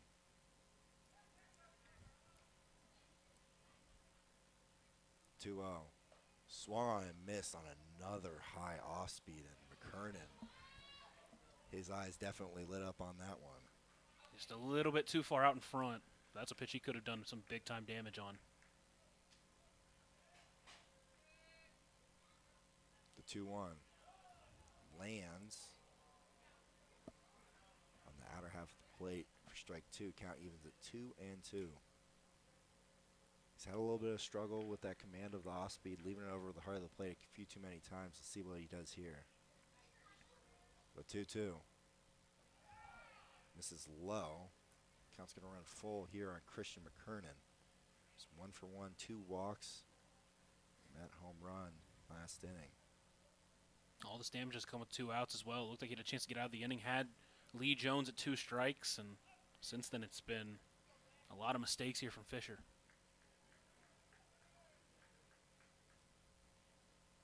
Big pitch coming here. The payoff to McKernan. Swung on and missed for strike 3. He's able to get out of it, but not get after giving up another 3 runs off of 2 home runs by Lee Jones out to dead center field, and then Seth Onnested out to left center. We're listening to KNAB and the Front Range League Network.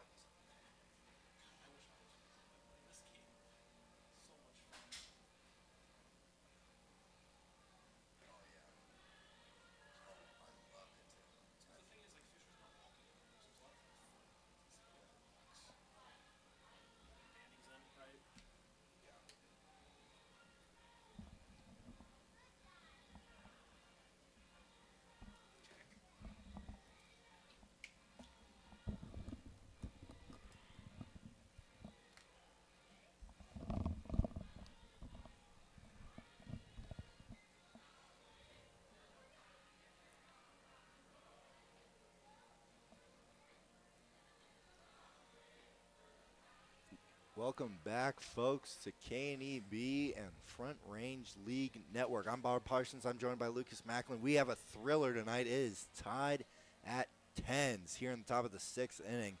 We have pitching change for the Outlaws. Jack Banning, brother of Luke Banning, out playing right field, is on to pitch. He is the older brother, throwing high 8s from the side on the right side of the mat with his right-handed pitcher. They're hoping to keep that momentum that they were able to snag back. Once again, this Outlaws offense has responded every single time the Pioneers offense has. Well, I guess at this point you could say they're going tit for tat at this point. That's basically what's happened. If you look at the scoreboard, the West Coast scoreboard, it's, in the third, both teams scored 2. In the fourth, both teams scored 3. And the difference is that the Pioneers scored 1 more in the first inning, and now the Outlaws have scored 1 more in the 5th inning. Yeah, a lot of offense here so far. The ball is flying tonight. 3 home runs for the Outlaws. The Pioneers have done a little bit more capitalizing on some walks. And we are happy to shout out our partner, Independent Plumbing and Heating. Independent Plumbing and Heating Incorporated has been servicing the western Nebraska Panhandle since 1933. The first pitch from Banning is a bunt from Tawara that goes foul. We've seen about everything in this game, from a great bunt, sacrifice bunt by Lancaster that scored a run, to a couple big home runs by the Outlaws. 0-1 from Banning. Swung on and fouled back for strike 2. Here in the top of the 6th inning. Yet another thriller here at Oregon Trail Park Stadium. So we are now playing under the lights, which played a role in last inning, causing those 2 runs to score on Hogan's pop-up. The 0-2. Misses just in for ball 1. Right now, Tawara seems like he's not seeing this arm angle too well, trying to adjust to this different type of pitching. Grounded. Oh, that ball's got some 20/20 vision. as it bounces right off the mound, so Banning is unable to field it. We've seen a couple of funky bounces today. The baseball has had a life of its own. Yeah, he was just there as like, I'm going to get it. And Ball said, no, I'm going to go over your glove. And then Basie was trying to barehand it. He couldn't get to it in time. That's the 4th single for Tawara in this game. See if Raph can follow suit, who has also reached all 3 times.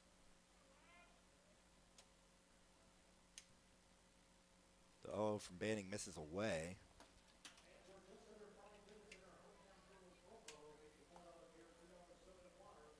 That's just a little bit of bad luck there for the Outlaws defense. See if he can get a ground ball and erase both runners. The 1-0 lands for strike 1. Count evens at 1-1. You got to imagine against righties, it's going to be a little bit of a weird angle, especially because that ball's going to be coming in from basically from at you. The 1-1 from Banning misses low and away. Turk able to keep it in front.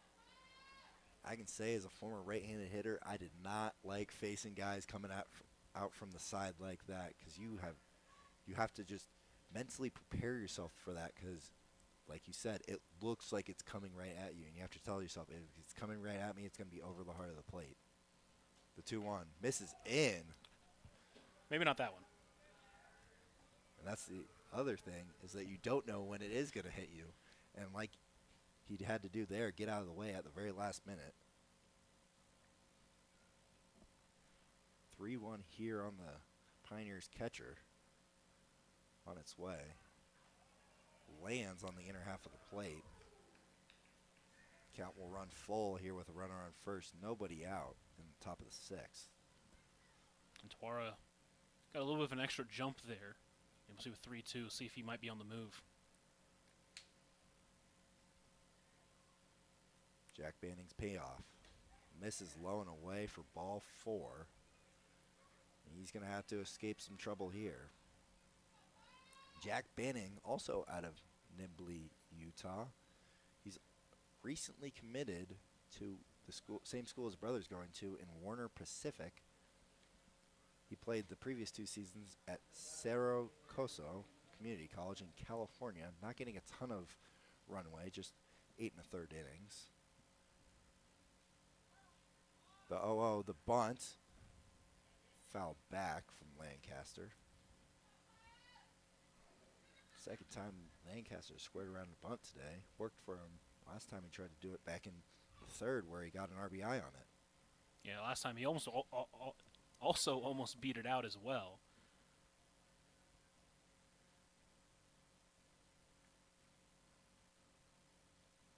The 0-1 on its way from Banning. Lands. It's now 0-2 on the Pioneers' second baseman.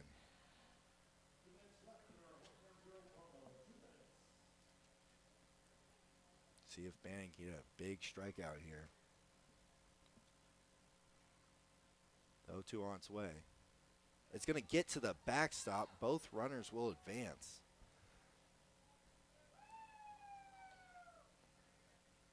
And that is the last thing you needed if you're Jack Banning. That eliminates the force out, and that really does make this a strikeout necessary situation with the infield playing in. Yeah, infield's going to come in. Right now, if you're Lancaster, you just want to try to poke one over them if you can. The 1-2 misses again at 2-2. My approach always when the infield was playing is just trying to hit something hard back up the middle or find something to elevate here. Because with this position, you can find something to elevate. You're probably going to get a sac fly here or be rewarded with a base hit. The 2-2 just misses low and away. The count is going to run full for the second straight batter. This thing I like about Lancaster is that he's shown that, previous parts of the game haven't really affected him. And then last game he was 0 for 3, came up in a big RBI spot and came through. Another similar situation here. He's 0 for 2, trying to do something big, but he's having a really good at bat here. Payoff from Banning. Broke his bat, but that's going to get up the middle. 1 run is going to come around the score. Here comes the second, and the Pioneers respond once again.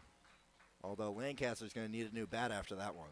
And once again, Lancaster coming through in a game where his bat hasn't been that great, but comes through in a big spot, drives in two, gives them the lead right back. Again, you love to see that from your 7-0 hitter. Like I said, trying to hit a ball hard back up the middle. He hit it hard enough it broke his bat. Yeah, that's a tough one. You muscle through that with, he got jammed a little bit, but muscled through it enough to get it into center field. Now it's Zamaripa in his Pioneers debut here. First pitch up and in for ball one. We got quite the thriller on tonight. We'll see if the Outlaws can respond here and see if Banning can get out of here with limited damage. Still nobody out with Lancaster on first base. The 0-0, 1-0 on its way. Runner's going to go. Throw is too high. Lancaster, after the broken bat 2 RBI single, will now have a stolen base.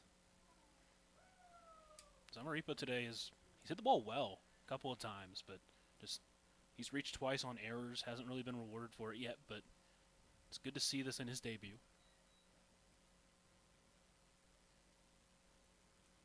See if Banning can get out of this jam here with another runner in scoring position. Nobody out. The 1-1 on its way.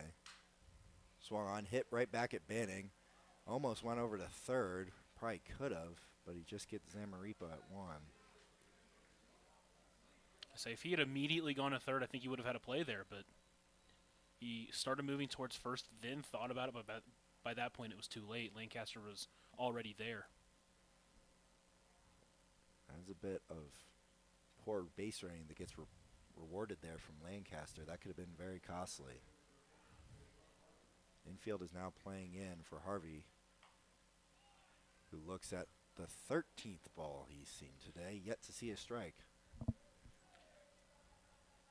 You do have a base open. We'll see if he sees one in this at-bat. Again, the infield in, you're just trying to find something to elevate. The 1-0 misses again. That's 14.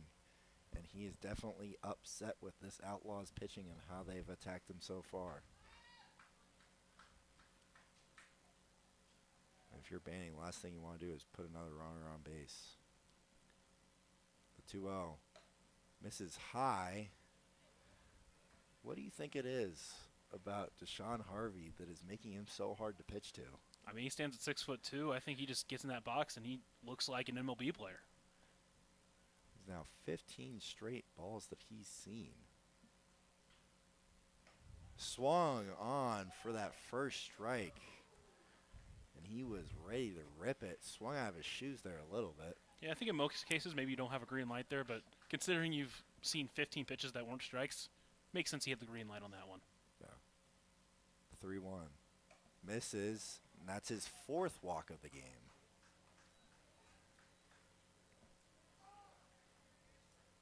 Well, if they aren't going to pitch to you, they aren't going to pitch to you. And you love to see that out of your 9-hitter, being able to get on base all 4 times. In steps Austin Feldman, who's been over 3 today with a hit by pitch.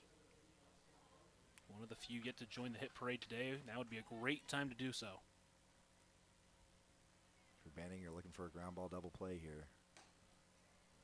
Misses away for ball 1, which will be hard with the speedy Harvey on first base, so it will be interesting to see if he tries to swipe second here. Already stolen a couple of bags today.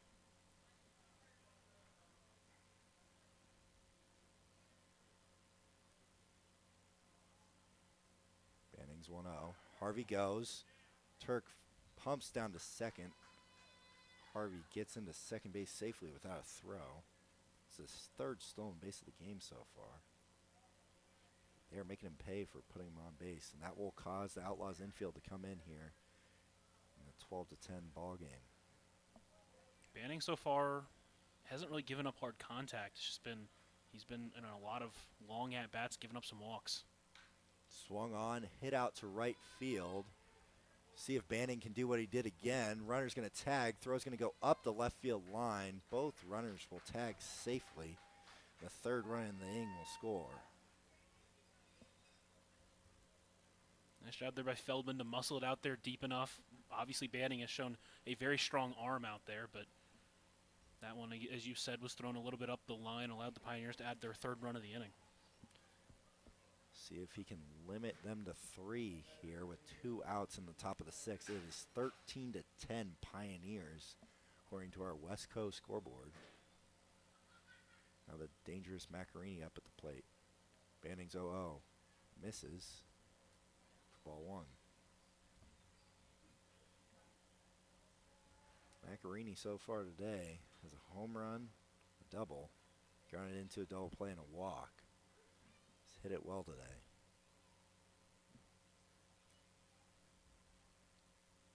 The 1-0 lands on the outer half of the plate for strike 1. We'll have to see if the Outlaws offense can respond again. It's just been back and forth all game in this Wednesday night thriller. The 1-1 lands just out of the top of the zone there for ball 2. Catching and hitting coach Gruny has said that he wants catchers to just go straight through those top of the zone pitches. The 2-1 misses up and in for ball 3.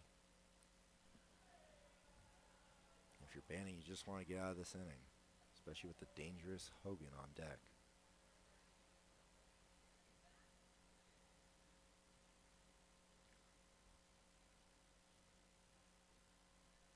The 3-1 misses inside for ball 4. That will extend this inning. Runners now on the corners for the powerful Jack Hogan. Out comes Coach AC to talk to his new outlaw, Jack Banning.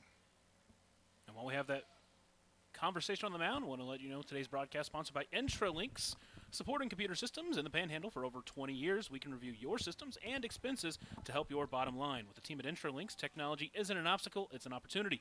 Call Intralinks for a free 1-hour consultation. Just a quick conversation there. Just, again, similar to before, a little bit of a reset, maybe a little bit of a plan for facing Hogan here. Should be interesting how this high power matchup goes. As we said, Banning is going to sit in the higher 8s. And Hogan has already shown his power so far this season. First pitch lands high for ball 1. And again, just making sure you hit those first pitch strikes is very important.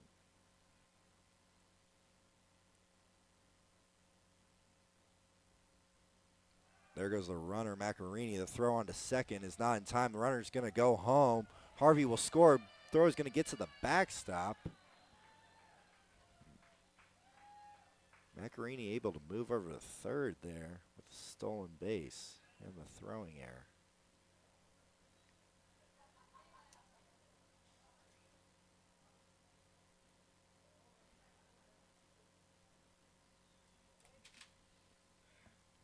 Hogan doesn't need to do a whole lot here to get Macarini in. It's now 1-1 here on Hogan. Lands a strike. It's now 1-2. Seen a couple of times this season now, aggressive base running, scoring runs for the Pioneers. Manning's 1-2 to Hogan.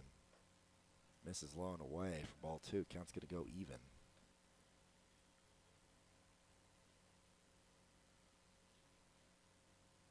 You got to make sure you get that runner at second base if you're throwing down there with a runner on third. The 2-2 misses out of the zone for ball 3. This count's going to run full. Hogan yet to be retired. 2 doubles, the last one being very unconventional. And then 2 walks as well.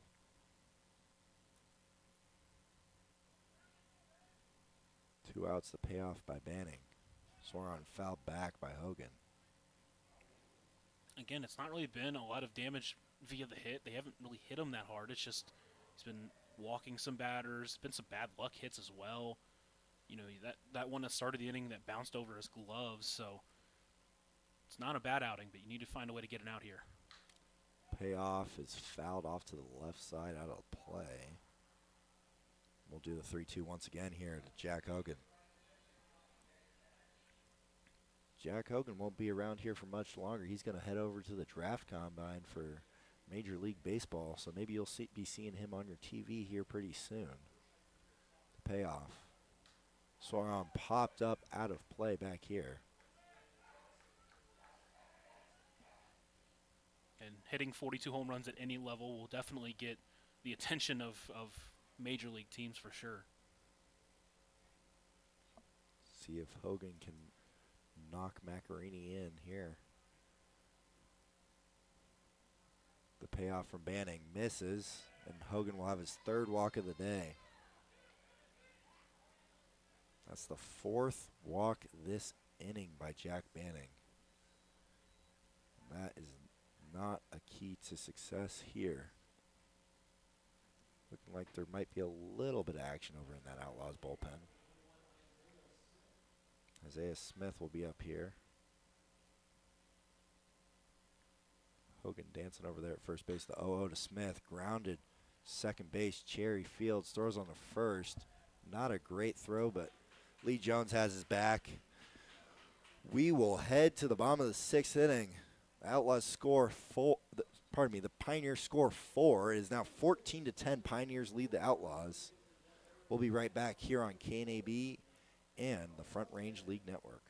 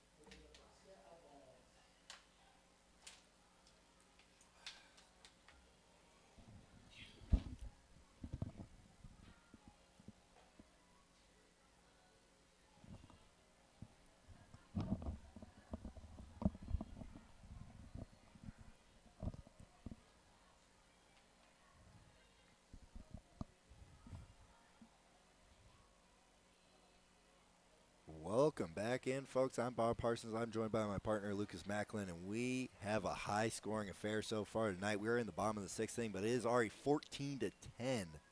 Pioneers lead the Nebraska Outlaws.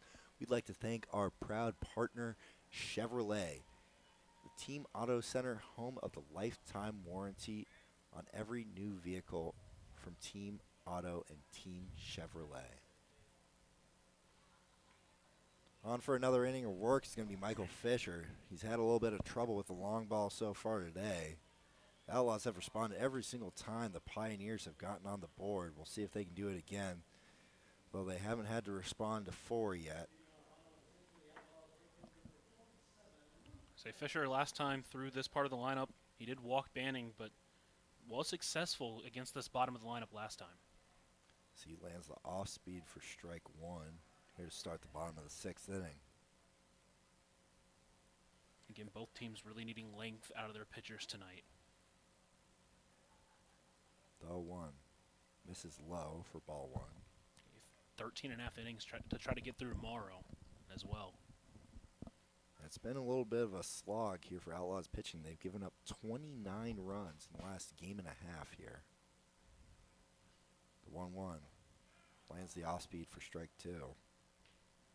That was a nasty curve that just caught that front door. A lot of runs being scored on Outlaws pitching so far this year. Whether that's 19 in the Wranglers matchup, as Fisher misses lone away for ball 2, or even the 5. That's not necessarily the best performance you'd love to see out of your pitching staff. When that's the best performance you have so far, that's not a good season. 2-2. Misses low again. It's going to run 3-2 here on Luke Banning here in his Outlaw debut.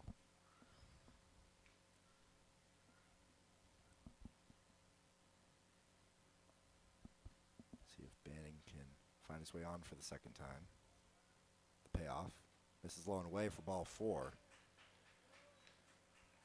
One of my favorite baseball sayings, we'll see if it'll ring true here for the Outlaws. Leadoff walks will always kill you. And steps into the box, catcher, Zach Turk. Still seeking that elusive first hit, although his on-base percentage is quite hefty at .444. Oh, here to Turk. Looks like it got a bit of the knob there, I'm going to guess. On the check swing for strike one.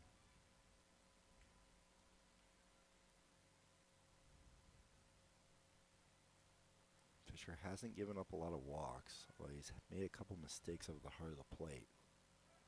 The runner's going to go. Misses away. Banning is in safely. His first stolen base as an Outlaw. Once again, just it's real easy to time up Fisher up there. He's not really holding that much. At the same time, Raff just struggled to get the ball in the glove a little bit. Fisher's 2-0.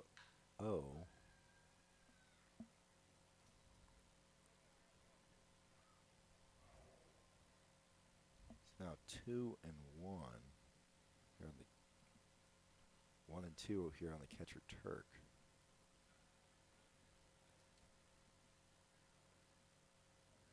Nobody out, runner on second. Turk would love to do some damage. And that's going to land on the inner half of the plate for strike three. Turk goes down looking.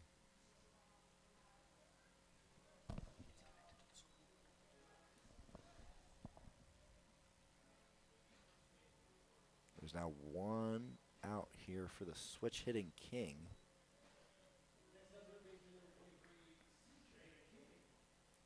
Got that first Outlaw hit back in the third inning along with 2 RBIs.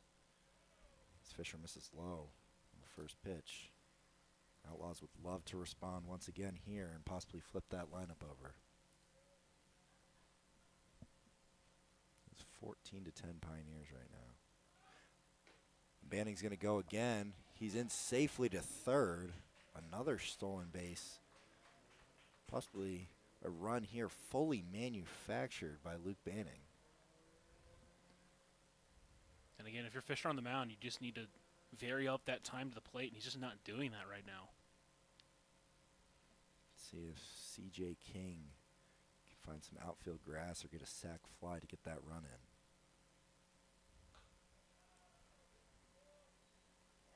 It's now 3-0 here on C.J. King.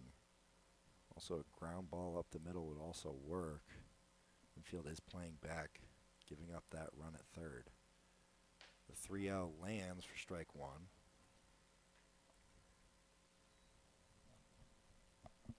See if C.J. King can do some damage, find himself on base as well, try and cut into this 4-run lead. 3-1.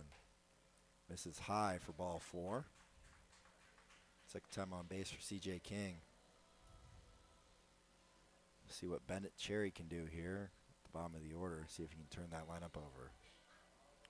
Fisher had only walked one batter up until this inning. He's walked 2 in this inning. Gonna try to find a way to attack this batter in the 9-hole. Bennett Cherry 0 for 3 so far today with 3 strikeouts, although he did reach on the first one on a drop third strike. It'll be interesting to see if King tries to take second here. First pitch lands for a strike. We'll see if King wants to take off again with how quick Fisher is to the plate. Looks like he's giving a little bit more look than usual. Cherry squares around a bunt. Did he pull it back? We're saying he did. It's going to be ball 1. This pitch misses low.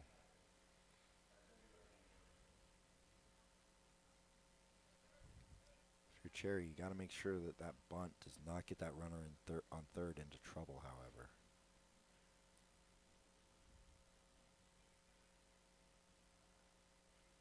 The 1-1 runner will go. He's going to slide in safely. Runner's going to come in. He's going to be tagged out. Luke Banning will be tagged out as the second out is made at home. CJ King steals second there. Little 2-6-2 action. And that's a bit of a heartbreaker here for the Outlaws. Yeah, and I don't think he thought the throw was going to be coming home that quickly. He didn't even slide. It was a really good throw from Feldman back home. I understand trying to steal a run there, but you cannot make the second out at home right there. As the 2-1 misses low, it's now 3-1 here on Bennett Cherry here in the 9-hole. And now you really want to make sure you get this guy out. You don't want to face the top of the lineup again. And that's the other thing, is that you had this top of the lineup set to hit unless Cherry grounded into a double play. Now that might not necessarily be the case. 3-1. Lands for a strike. Cherry did not agree, throwing his bat towards the dugout. Sometimes you just got to play it up. Try to fool the umpire. I used to do that. Even though I knew it was a strike, I'd just be like, ah. You got to be careful, though, because the umpires do not appreciate that. And if it's a close one here, I don't know if it's going to go Cherry's way. I was also an umpire. I would have respected it. The payoff pitch misses low. Not much of a borderline pitch to call there. Bennett Cherry walks. Bringing up the top of the order here in Braden Basie. Where in his first two at-bats, he did get a single here, and you imagine if he finds outfield grass once again, that's going to score C.J. King. And then he gets to that dangerous part of the Outlaws order, 2 through 5, three of whom have already gone deep tonight. Basie wears his 5th hit by pitch of the year. And that's going to load the bases for Lee Jones, who already went yard in his last at-bat against Fisher. It looks like Tolar is going to want to come have a chat here. Do not want to make another mistake here to Lee Jones, who started that big 3-run inning last time. They do have a lefty in the bullpen. I don't know if he's warming up. It's hard to see over there, but a lefty in the bullpen available, Kokichi Morimoto. Maybe you want to go lefty-lefty here, but it doesn't look like he's planning on taking out his guy quite yet. While we have a moment, just to let you know, tonight's broadcast brought to you by Quick Care Medical Services in Scottsbluff. Visit them for all of life's little emergencies. You have a choice when it comes to your health care, and at Quick Care, we are here to help. A walk-in clinic here to help. Quick Care Medical Services in Scottsbluff.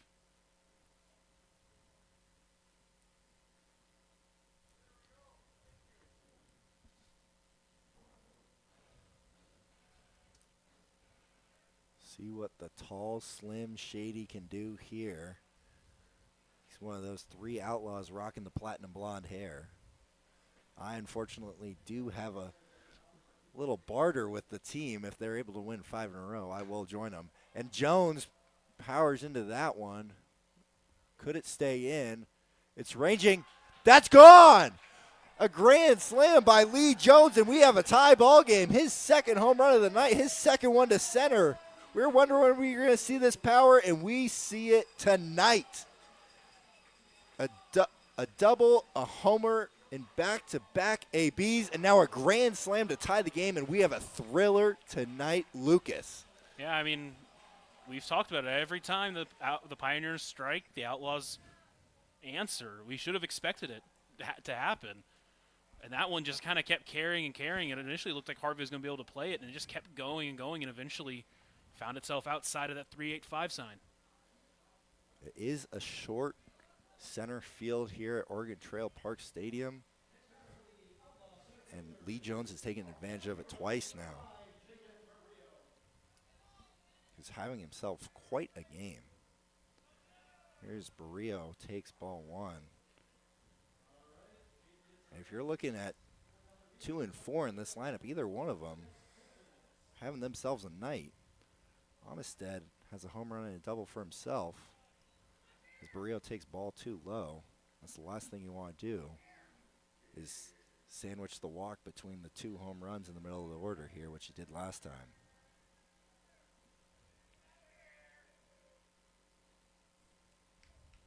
The 2-0 misses low again. Like we said, you got to be able to respond after those home runs.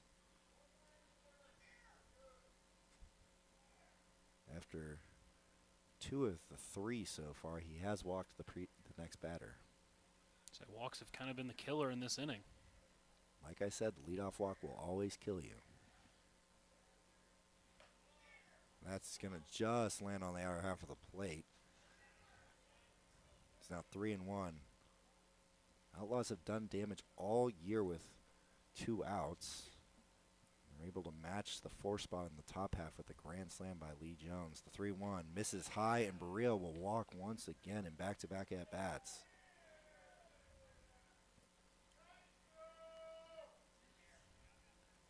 And looks like Tolar is going to come out.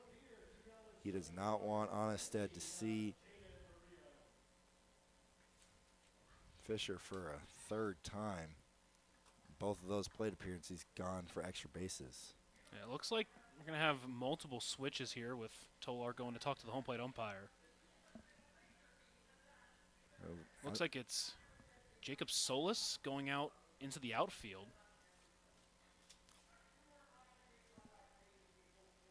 Like we said, with this limited pitching, it might get a little funny. It looks like it might be Deshaun Harvey actually going to get a chance to pitch.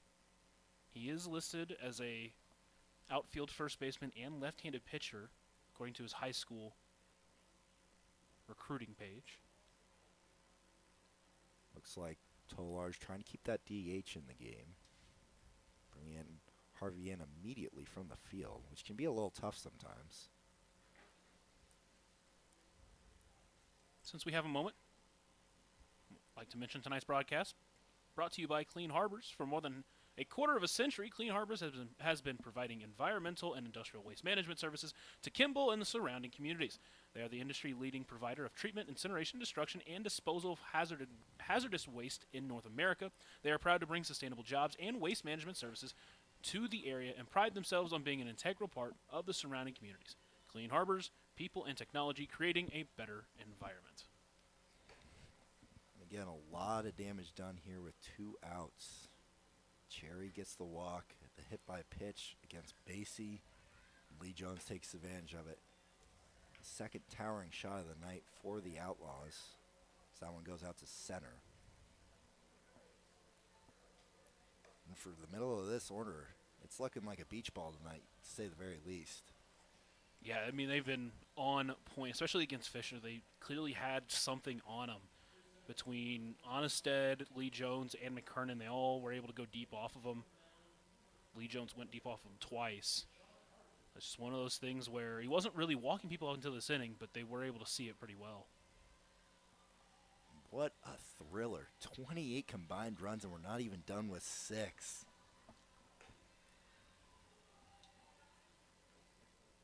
See if they can add on here with the heart of the order up to face Harvey. Seth Onnested. His bat was quiet after that first game, but tonight he has made sure it was heard.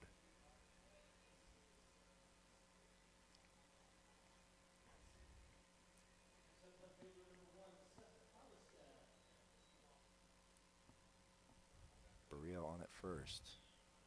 First pitch misses high. It should be interesting to see how Harvey is able to adjust coming from the outfield.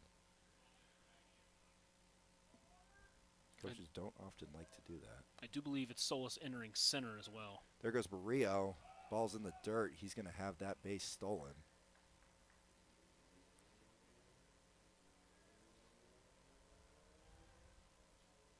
He's the go-ahead run over there at second base, the speedy center fielder. See if Onnested can hit him in. He's now 3-0, the cleanup hitter for the Outlaws. You got to find a way to try to find the zone here. You do not want to see McKernan either, who's had a good night for himself. 1 for 2 with a home run. It's picture day up there for Onnested as he looks at strike 1.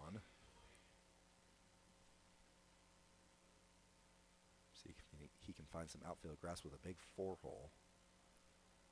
And that one's way outside as Barrio moves to third base as the ball gets to the backstop. Like I said, it is not easy coming in from the field when you're used to throwing center field, throwing 100-plus feet, going to throwing 60 feet 6 inches. And Onnested looking to take the lead, their first lead of the night for the Outlaws. They've been playing catch-up all game. The 0 to McKernan lands for strike one. The thing with that at bat is weren't really a lot of close misses. A lot of them were just non-competitive pitches. You have the man that led off the inning and Banning on deck. And that ball's going to get by him. Barrio's going to come home. The throw is not in time. Harvey is not able to get it, and the Outlaws will take the lead on a wild pitch by Deshaun Harvey. Barrio showing off his speed. He's able to score and take the first lead of the game 14 runs later for the Outlaws. Yeah, it just felt like Raff was taking his time a little bit. If he's a little bit quicker, could potentially get the guy at the plate. Onnested also moving over to second base on that one. We've seen a lot of pitches get by both catchers so far tonight, and it's played a big role in this game. This is high to McKernan, which is not necessarily easy to do. Christian McKernan standing at 6'3", 205. And another one's going to get by the catcher, Raff. As the count runs to 3-1 on Christian McKernan. Yet another runner at third base. You could not let that run get in. Now we'll have to see how the Pioneers will play catch-up. It's now 15-14 here in the bottom of the sixth inning. 2 outs, Onnested standing at third. 3-1 about to be thrown from Deshaun Harvey, the brand new Pioneer. The 3-1 on its way. Misses high. That's going to be a walk for Christian McKernan, his third of the day. Runners on the corners once again for the Outlaws. And steps the man who led off this inning, Luke Banning. Banning looking to do a little damage here, find his first Outlaws hit. The 0-0 to Banning. Lands for strike one.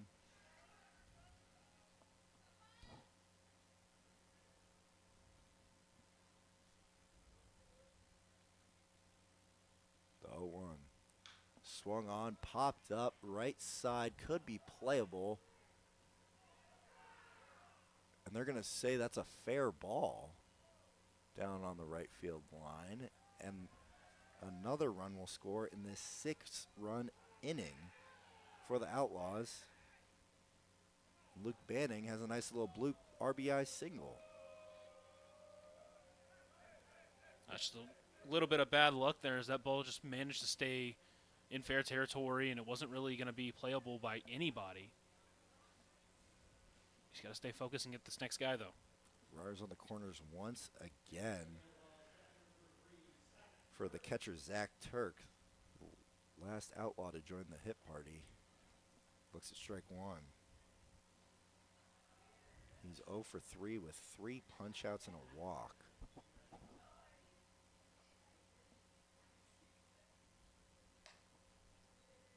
Ball misses out of the zone here.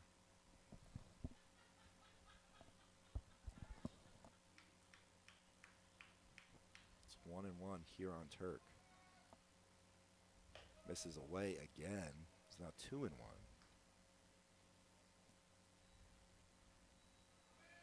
Zach Turk has been able to find his way on base. Has yet to collect a hit this summer, however. 2-1. Lands for strike two. Runners on the corners here for Sean Harvey. His pitching debut for the Pioneers. The 2-2. Foul back. We'll do the 2-2 again.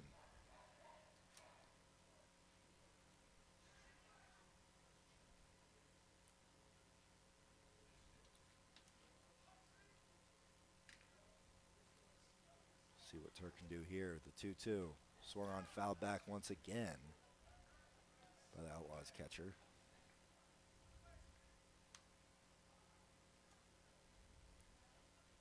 6 runs in so far for the inning for the Outlaws. 30 combined runs scored, and we're not even through 6. The 2-2 swung on, hit well out to left field, but the Pioneers have a guy there. But not before the Outlaws strike. 6 runs in the bottom of the 6th inning, highlighted by a Lee Jones grand slam to center field. Pioneers now trail the Outlaws 16-14. We head to the 7th here on KNEB Radio and the Front Range League Network.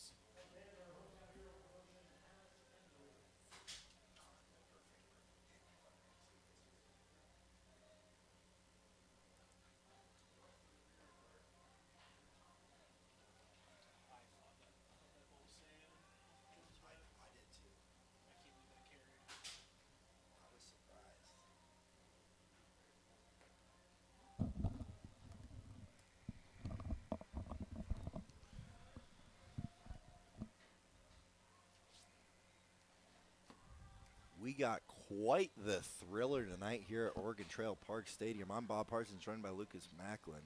30 combined runs. We haven't even started the 7th yet. Yeah, for the first time today, Pioneers going to play from behind. We'll see how they do. Get another shot against Banning here. 6 runs in the bottom half to respond to 4 in the top half by the Pioneers. We haven't seen a scoreless frame since the bottom of the 2nd. It's been a lot of scoring. Pioneers yet to leave the yard. Whereas Macarini, just the only home run, has been, as Tawara fouls that off to the left side out of play. Macarini, the lone home run for the Pioneers, whereas the Outlaws have 4, including a grand slam. See how Banning can respond here in this inning. The 0-1. This is out for ball 1 here on Daiki Tawara from Osaka, Japan.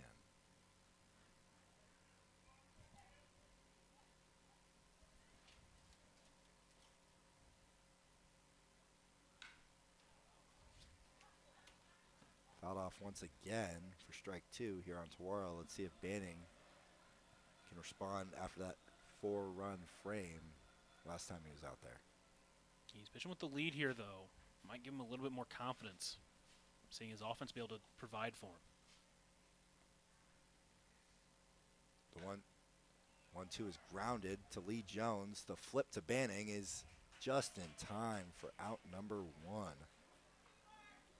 Love to see that in just his first appearance, that they have those PFPs down,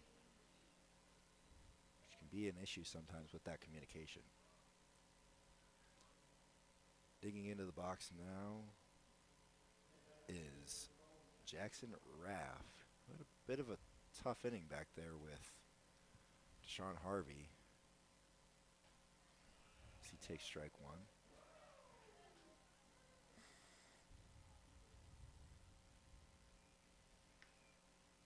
Quite the scorecard we got here so far tonight. The 0-1 for Banning, fouled off to the right side. Strike 2.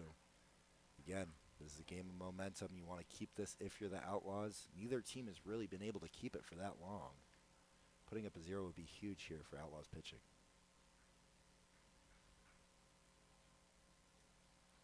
The 0-2. Just misses on the outer half of the plate. Banning so far in this inning doing a lot better of a job staying in the zone. He walked 4 batters in that first inning, but like I said, first couple batters he's been really good, really around the zone. See if he can get a quick second out here. 1-2 on its way to Raff. Way up and in. Raff has to get out of the way. It's now 2-2. The Pioneers catcher.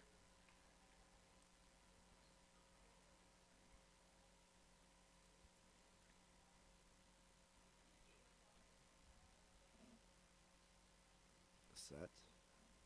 The 2-2 on its way. Swung on for strike 3. A big second out here in the inning.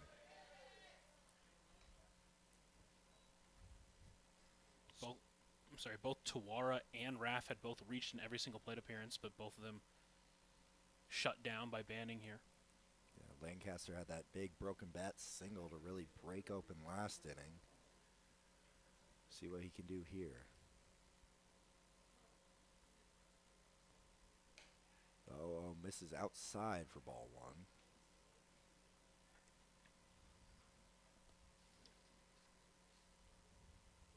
This would be a big 0 put up by Outlaws pitching to respond to the 6 spot that their offense put up in the bottom half. The 1-0 misses again. Like you said, you don't want to get into that habit. 4 walks last inning. Love to go 1, 2, 3 in this one.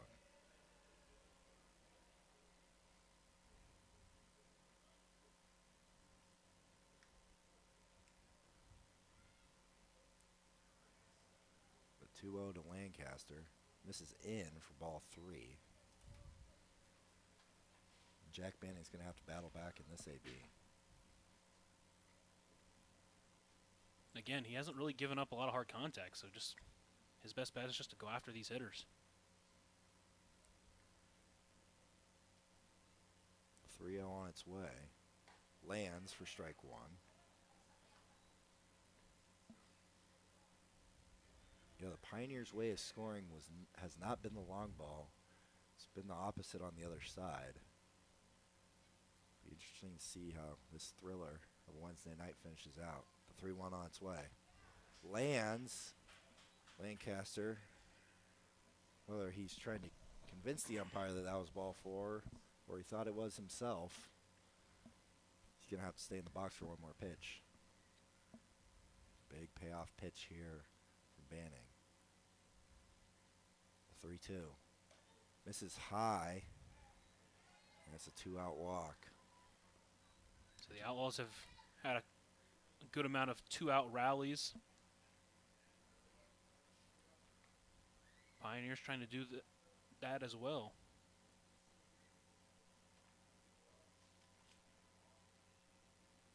We have yet to see a 1-2-3 frame this game.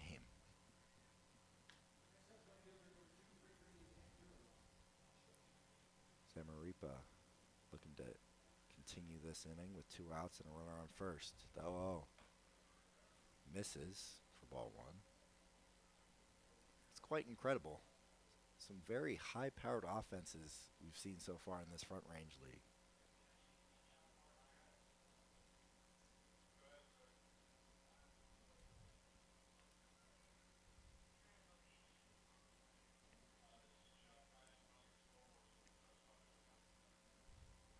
Checks over at him at first.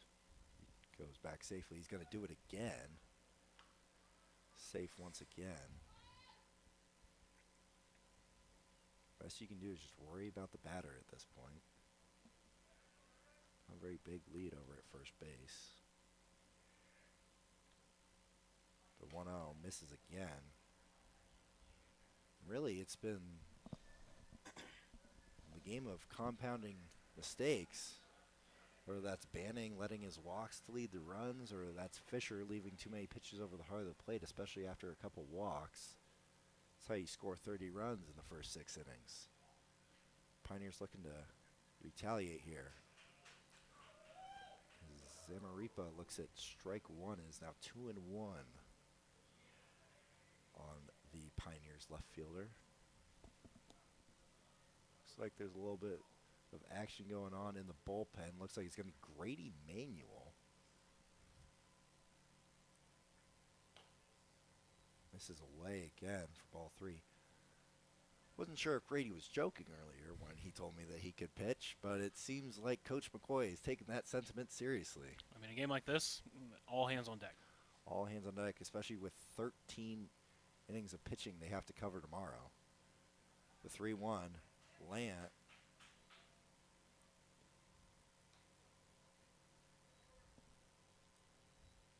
It is called strike two. It was a bit confusing there. He didn't really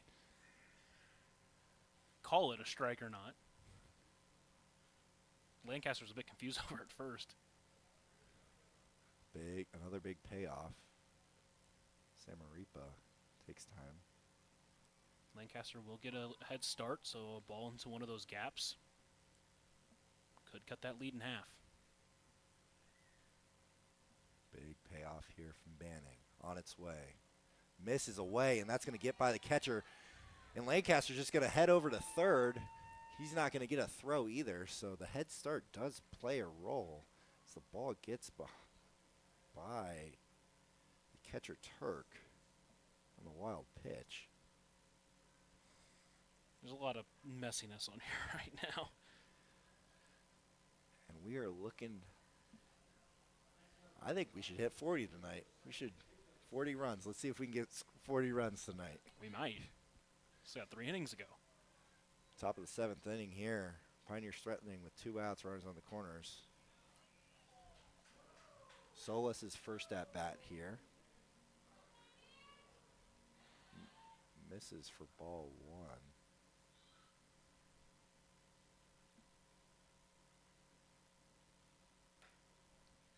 Ball 2 there to Jacob Solis. I say Harvey walked 4 times as a hitter. Solis in his last game also walked 4 times. This 9-hole has just seen 1 strike tonight with 18 balls. The 2-0. Swan and miss for strike 1 to Jacob Solis.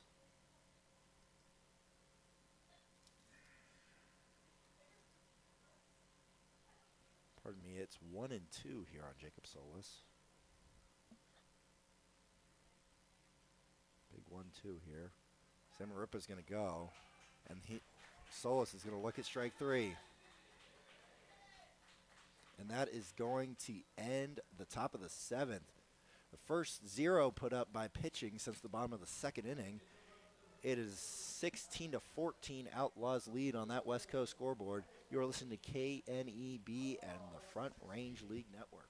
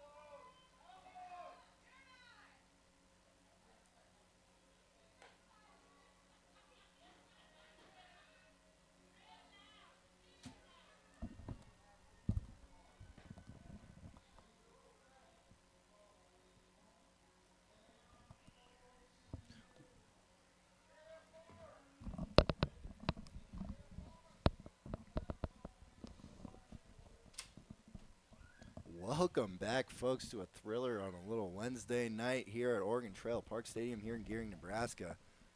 Outlaws lead the Pioneers 16-14 here in the bottom of the 7th. First 0 put up by pitching in that top half of the 7th since the bottom of the 2nd inning. We have yet to see a 1-2-3 inning so far tonight.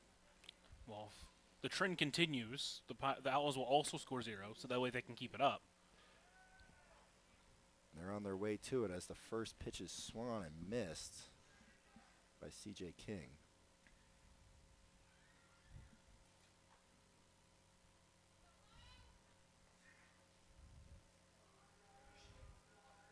It's now 1-1 here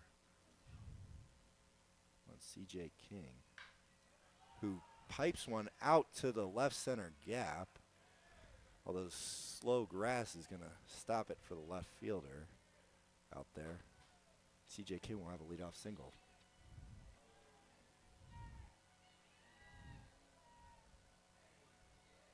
Well, once again, not another 1-2-3 inning. You can get a double play. That is true, which we have seen a couple of tonight, a couple big ones as well on both sides of the ball. In steps Bennett Cherry, who looks at strike one. Bennett Cherry, another one of those Outlaws hitters waiting to get into the hit column tonight. Only him and Turk have yet to get a hit. Count evens on Cherry at 1-1. He is 0 for 3 with 3 strikeouts and a walk. Did score on that walk with the grand slam. And that ball is going to get to the backstop once again. CJ King will get to second base on the wild pitch. You gotta wonder if that's some mix-ups a little bit between these new battery mates, or if that's Harvey struggling a little bit coming from center field where he started the game.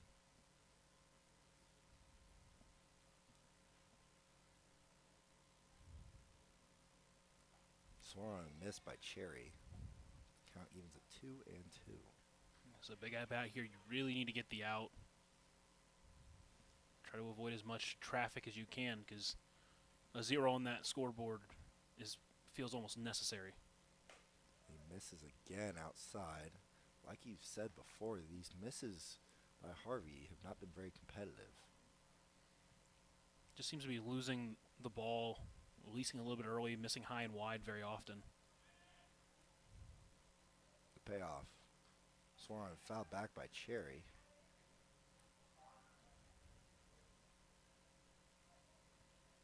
Saw 11 hitters come to the plate in that last inning for the Outlaws. That is a very glaring 0 in the top of the 7th in the 16-14 game on the West Coast scoreboard.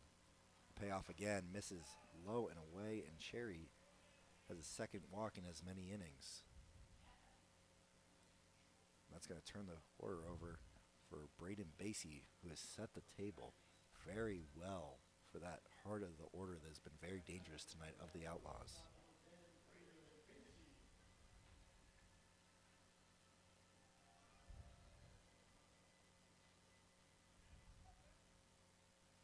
First pitch to Basie, swung on and missed for strike one. First pitch hunting on that one. Just got a little bit over-eager, though. Outlaws have been able to hunt mistakes tonight. A lot of extra base hits, including 4 home runs. Swung on, hit out to left field. It's going to be caught. Runners will stay put. Basie is retired in his 6th at-bat of the game here in the 7th inning. Really needed that out, and good to get it, but that was still hit pretty hard. Let's see if Lee Jones... Oh, they are going to intentionally walk him to load the bases for Jaden Barrio, who's hitting .300 this year for the Outlaws. It is an interesting choice there, but... Like we said, that ball is looking like a beach ball to this heart of the order, and you can say that especially for Lee Jones, who in his last 3 at-bats in the last 3 innings as well, he goes double, home run, and grand slam. He still is technically a triple away from the cycle, but they didn't want to give him a chance. A little bit of gamesmanship there as Harvey misses up and away to Barrio, who again, Barrio is not having a bad night by any means. He's 1 for 3 with 2 walks, scoring on both of those. Another guy that set the table very well tonight. Swung on, hit well, he makes him pay. That's going to go off the wall. 2 runs are going to score pretty easily. The third one's coming around, and he's going to slide in safely. Lee Jones, they're going to make him pay for that intentional walk to Lee Jones to load the bases. Jaden Barrio clears him on a ball that looked like, if it was a little bit of a warmer day, could have left the yard as well.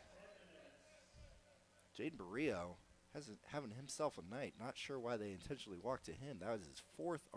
Those are 4 RBIs on the night for him. His 2nd hit. He's 2 for 4. comes Seth Onnested, who's, all over this lineup you can say guys are having a good night, but Seth Onnested is 2 for 3 with a homer and a double as he waves and misses at that first one. And that's the last thing you want if you're the Pioneers. That glaring 0 in the top of the 7th. The Outlaws are able to extend the lead 19-4. Onnested fouls that out of play. He goes down 0-2. I love that mentality from Jaden Barrio. He gets a pitch, probably a mistake at the top of the zone. Oh, and the lights have gone out. Uh-oh. We have gone long here so far tonight. We're already at 3 hours and 25 minutes on this game.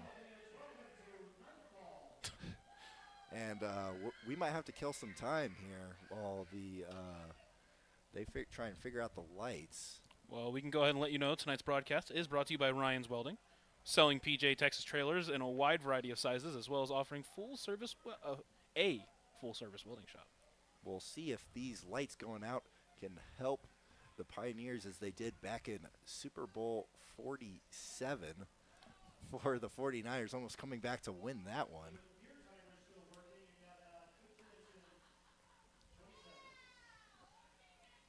Again, just looking all over this lineup, both lineups actually, but especially this middle of the order. They had gone a little slow up until this point, and they have done some damage tonight.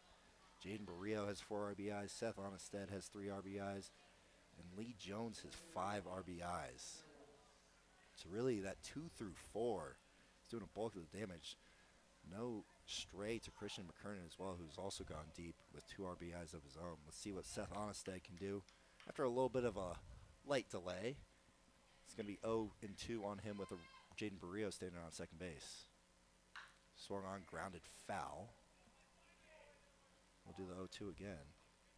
Yeah, let's see if Harvey can find a put-away pitch here. He's had some 2-strike counts, just hasn't really been able to get out of it, though. The 0-2 swung on, popped up in the infield. Hogan's under it. Didn't look pretty, but Hogan's able to haul it in for out number 2. In steps the powerful Christian McKernan. Just the second time Onnested has been retired. You have to go back to the first inning, a whole lot of runs ago to find it. The 0 to McKernan lands the off-speed for strike 1. Yeah, when it's working here for Harvey, he's utilizing that outside part of the zone really well. Just needs to try to find that with a little bit more consistency. The 0-1 swung on, hit hard through that 6-hole. They're going to send Barrio. He's going to score with that slow grass in the outfield here at Oregon Trail Park Stadium. And McKernan must have heard me talk about everybody else's RBIs because he wanted one of his own. Yeah, I mean, you mentioned it. That ball was absolutely killed in the grass. That looked like it was going to roll all the way to Zamaripa out there, but he had to run a long way to get it, and there was no chance to make a play at home. That is the 4th run of the inning for the Outlaws. And they've cracked 20 runs. First pitch to Banning misses in. And our scorebooks are just going to get a little bit messier.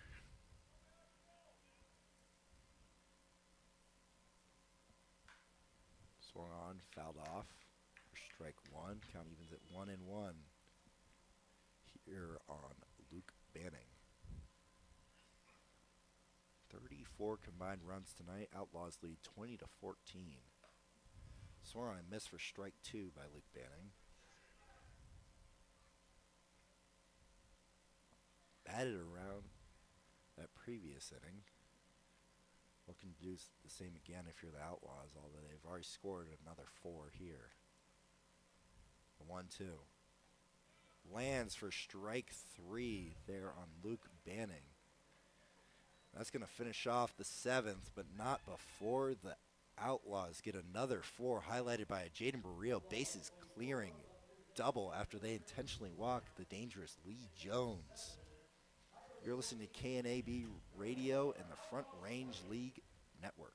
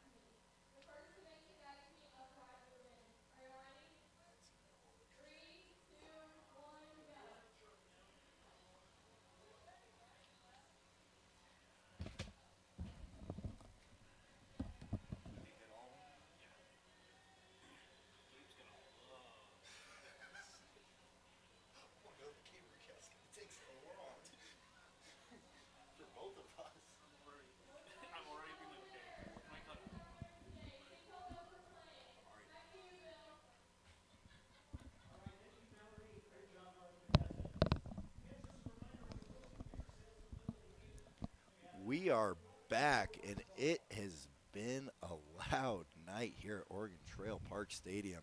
I'm Bob Parsons. I'm joined by Lucas Macklin. The first inning, one team scored and the other didn't. The Outlaws put up 4 in the bottom of the 7th inning after they were able to blank the Pioneers. Out comes Grady Manuel, Texas native, going to school up at St. Olaf College up in the great state of Minnesota. Yeah, he's going to just try to pick up where Banning left off last inning.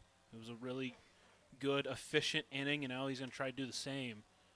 Again, all hands on deck, mostly a position player, but can go out there and ideally for him, give an inning or two and keep this lead intact. Another one of those Riddle men that have been playing so well tonight. Who knows? Maybe we got to do more Riddles in the back of the bus on the way back from Morgan County. Mentioned they came in trying to break a 3-game losing streak, and they've done a pretty good job so far, at least on the offensive side of the ball. Feldman leading off here.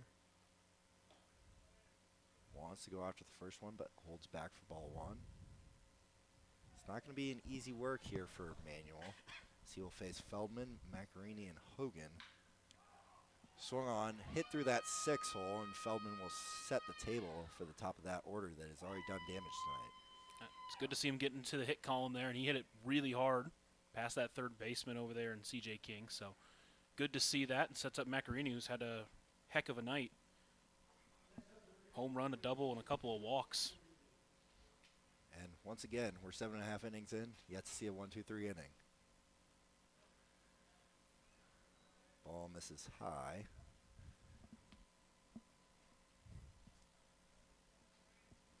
See what the heart of this Pioneers order can do, see if they can respond.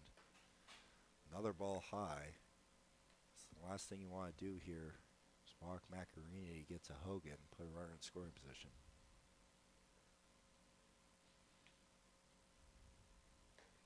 Another ball misses high. Is now 3-0. If you're Grady Manuel here, you have a 6-run lead. You just have to pitch to these hitters. You need to. You cannot walk guys. You cannot put yourself in more damage than you need to. The 3-0. This is high. And that is going to put the young man in a bit of a scary situation as the menacing Hogan is going to walk to the plate with 3 walks and 2 doubles tonight. They have yet to retire him. And we've seen it a lot this year. He can cut this lead in half with one swing right now. That's exactly what you don't want if you're Grady Man. And he might do it. That ball is going to fly to center field, and just going to get caught up in that cold air. The runner will tag from third. The throw on is almost in time, but they can't get him. It looks like Hogan almost got another one. A little bit of cold air out there now. Ball not flying as well. But a very deep fly out. As a loud out, just did not carry like the Lee Jones grand slam did. It was interesting there from Feldman. He wasn't tagging up initially. He almost got thrown in at third because of it. Very loud out, as I said, for Grady Manuel. And he's now got to navigate runners on the corners here with one out. And the cleanup hitter, Isaiah Smith, up at the plate. Runner's going to go to second, ball in the dirt. Turk will not have a play. It's now 2-0. Again, getting those first pitch strikes. The last thing you want to do if you're Manuel is to want to load the bases for a dangerous hitter in Tawara. You really just need to come after this guy and try to get an out here. Again, you can't hit a 6-run home run. There we go. Lands a strike. Yeah, when you're on the mound right now, you need to forget about those 2 runners on. You just got to focus on getting the batter out here. You've got a 6-run lead to work with. That one's grounded foul. It's now 2-2. It's almost like he can hear us over there on the mound.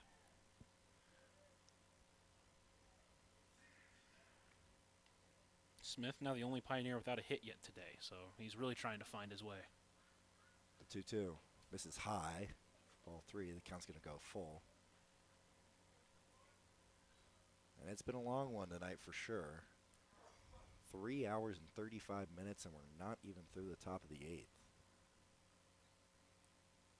The 3-2 swung on and missed for strike 3.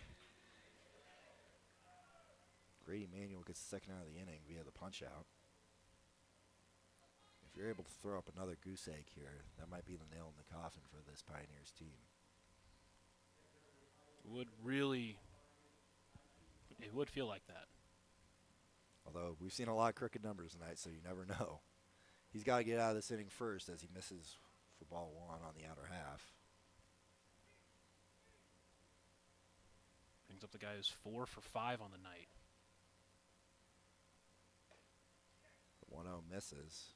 That smooth lefty swing from Tawara.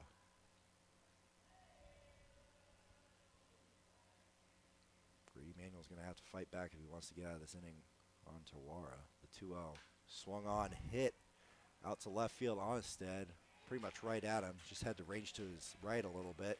And that's going to be back-to-back zeros put up by Outlaws pitching. The Outlaws lead 20-14 on that West Coast scoreboard. You're listening to KNEB and the Front Range League Network.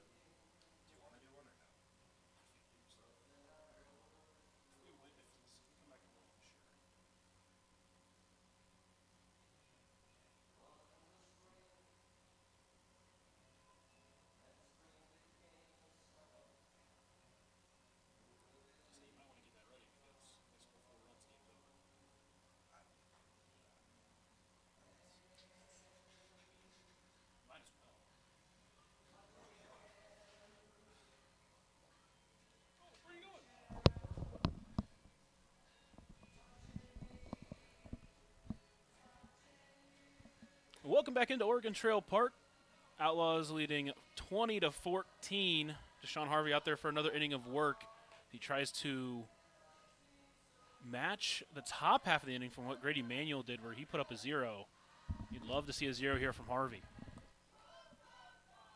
It's been an eventful one tonight for sure. A lot of offense, especially from that middle of the Outlaws order. Harvey will face 7, 8, and 9 here, however.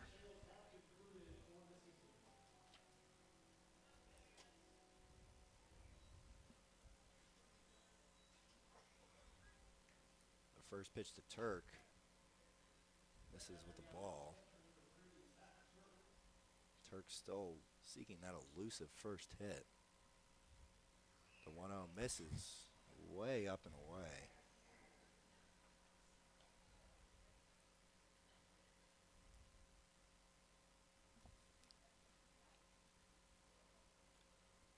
Last thing you want to do is give up a leadoff walk. As Turk fouls that one back for strike one. 6th at bat of the night for Turk. He's 0 for 4 with a walk. Fouls that one back as well.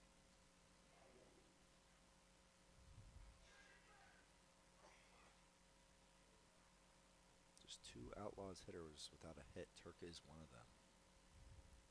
Cherry has a hit on the season, just not one tonight so far. He'll be hitting 3rd this inning. The 2-2 misses away. And again, you have to be more competitive if you're Harvey here. You got to be more competitive with those 2-2 pitches, trying to at least get a swing on it. Swung on, hit.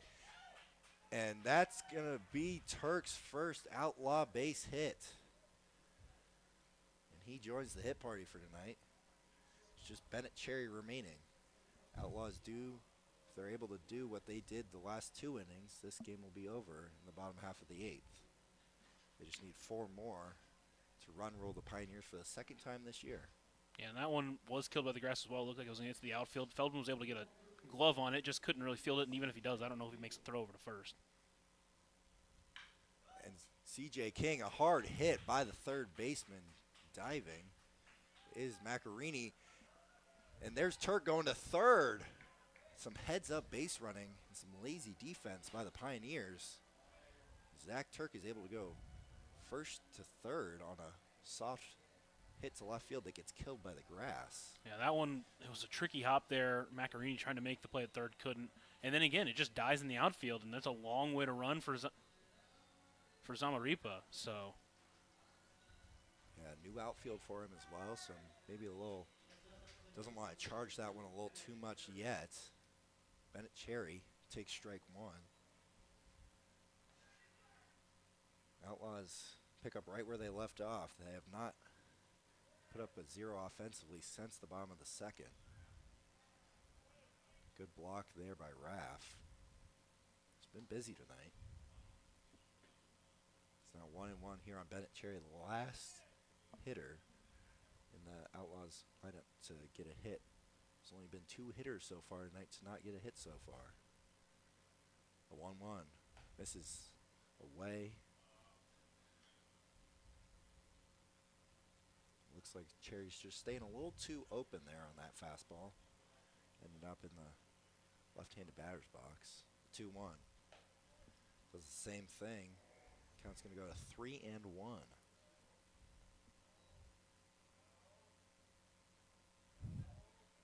Runners on the corners here with nobody out. 3-1 on its way. Misses going away. And Cherry has 3 walks in as many innings. Feels like I've been saying that for a lot of the hitters. who needs a hit when you can get on base via the walk? And it is Basie's 4th at bat in as many innings and his 7th at bat of the game. He also is the winning run at the plate as well. Ball misses up and away again. Who knows? Maybe Gramps has a little bit of pop at him. He did hit 5 home runs at Christian Brothers University in Indiana. That ball lands on the outer half of the plate. Outlaws topping the runs scored in a single game this season with 20 so far. They're looking to add more. Looks like that is ball 2.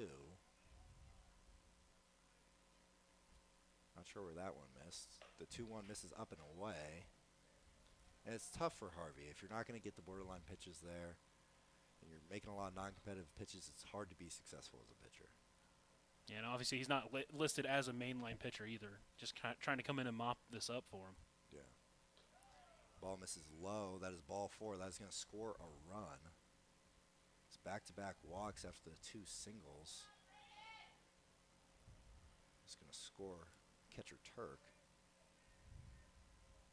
And in comes, are they going to intentionally walk him with the bases loaded, or is Lee Jones going to end this ball game right here? So he is a triple away from the cycle. A triple would end the ball game.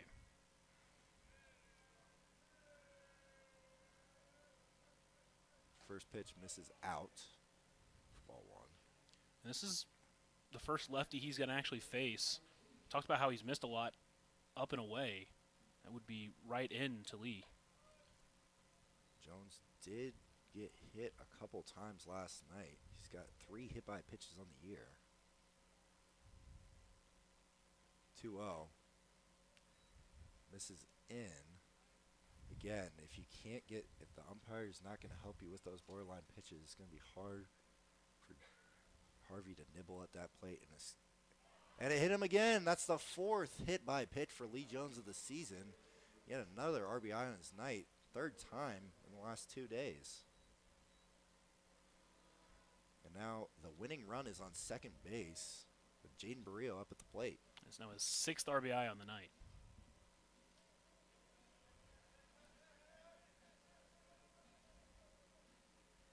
And that is now 4 straight free passes. Pardon me, 3 straight free passes delivered by Harvey. Barrio fouls that one out to the right side.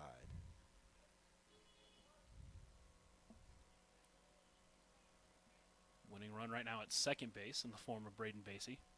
Pitch to Barrio. Barrio's going to get a little jam there. That's going to drop, it looks like.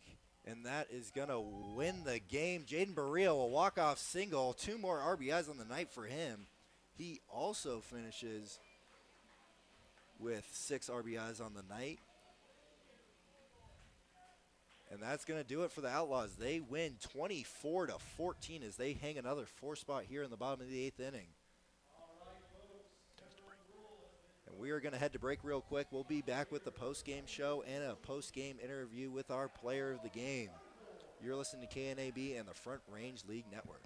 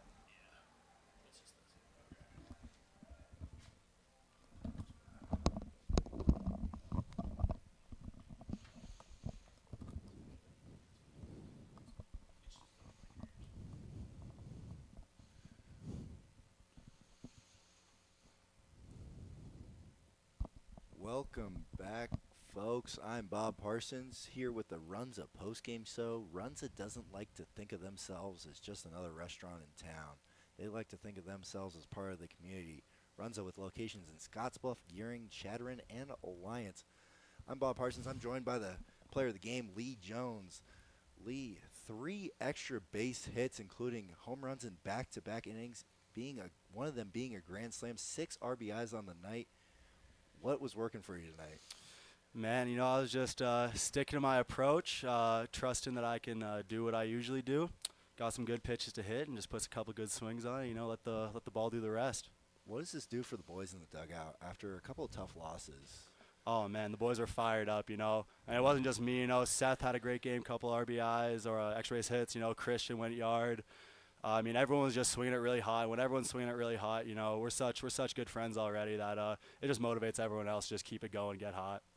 Yeah, you got to wonder if those riddles last night were working buddy. for the. Oh, buddy. Was working for them. They were stumping you a little bit, eh? Yeah, they were stumping me a little bit, It's and okay. Brock. It's okay. They were stumping me too. Christian McKernan, one of those guys that you just named, had a home run and 3 RBIs of his own. Only retired once. But, yeah, the middle of that order doing a lot of work. What was it like to get intentional walked? Have you been intentionally walked before? I have. Last summer I got intentionally walked. I wasn't having as good of a game as I was today. But, it feels good that the other team can recognize what you're doing. But, tough to get the bat taken out of your hands like that without even being given a chance. But, if it helped the boys win, I'm all good with it. Were you aware going into that at-bat in the 7th inning that you were a triple away from the cycle? No, I was thinking a 3-home-run game. But, no, I guess I didn't realize that I was a triple shy of the cycle. I don't really hit triples anyways. I'm kind of slow, but, and so no, I definitely wasn't thinking that. With a lot of these games coming up, what does this mean for you guys going forward? Yeah, we obviously got games the next, 3-4 days.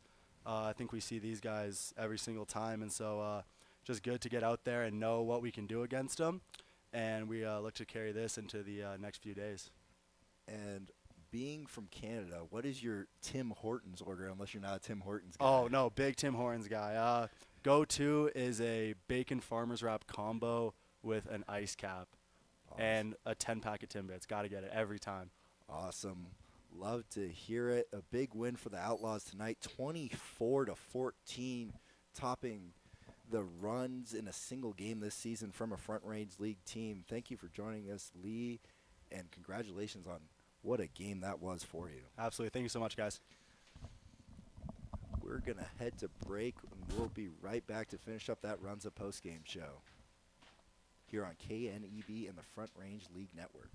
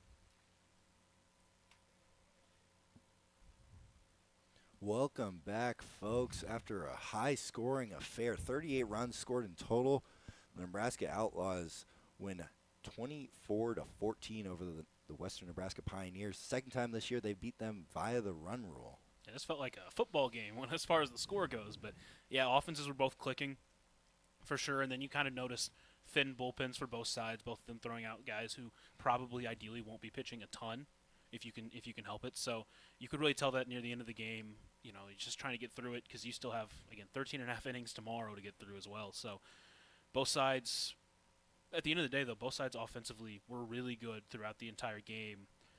For the Pioneers, you had Gino Maccarini, who had a double and a home run and walked 3 times. He had 3 RBIs on the night, 3 RBIs from Lancaster, 2 from Daiki Tawara, and then 2 from Jack Hogan as well. But on the other side, that was where the big time damage was done. You just talked with, obviously, Lee Jones, but Jaden Barrio with 6 RBIs as well. 3 RBIs from Onnested and McKernan, both those guys going deep. So offensively, it just was an absolute masterclass from both sides. Yeah, you don't often see 2 through 5 put up 18 RBIs combined, but 12 between Jones and Barrio, and then 6 combined, as you said, between Onnested and McKernan. The ball was flying tonight. The ball was looking like a beach ball, especially to that heart of the order. And we got to really talk about those last 2 innings pitching-wise for the Outlaws, from Jack Banning going back out there and pitching lights out for an inning, and then Grady Manuel came in and pitched a clean 8th inning as well. Those 2 innings were huge in shutting down the Pioneers' offense that really set up the Outlaws to win this game the way they did. Yeah, and you can kind of look at this as a thriller of a game. It was 16-14 going into the top of the 7th, and the Pioneers were looking to do what they had been doing all game, was responding to that Outlaws offense that was responding to the Pioneers offense.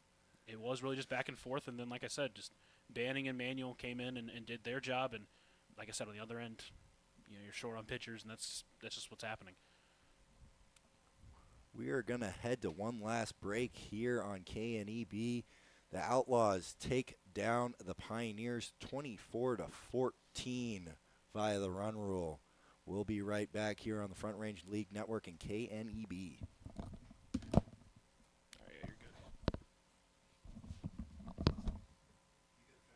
Yeah, I got it.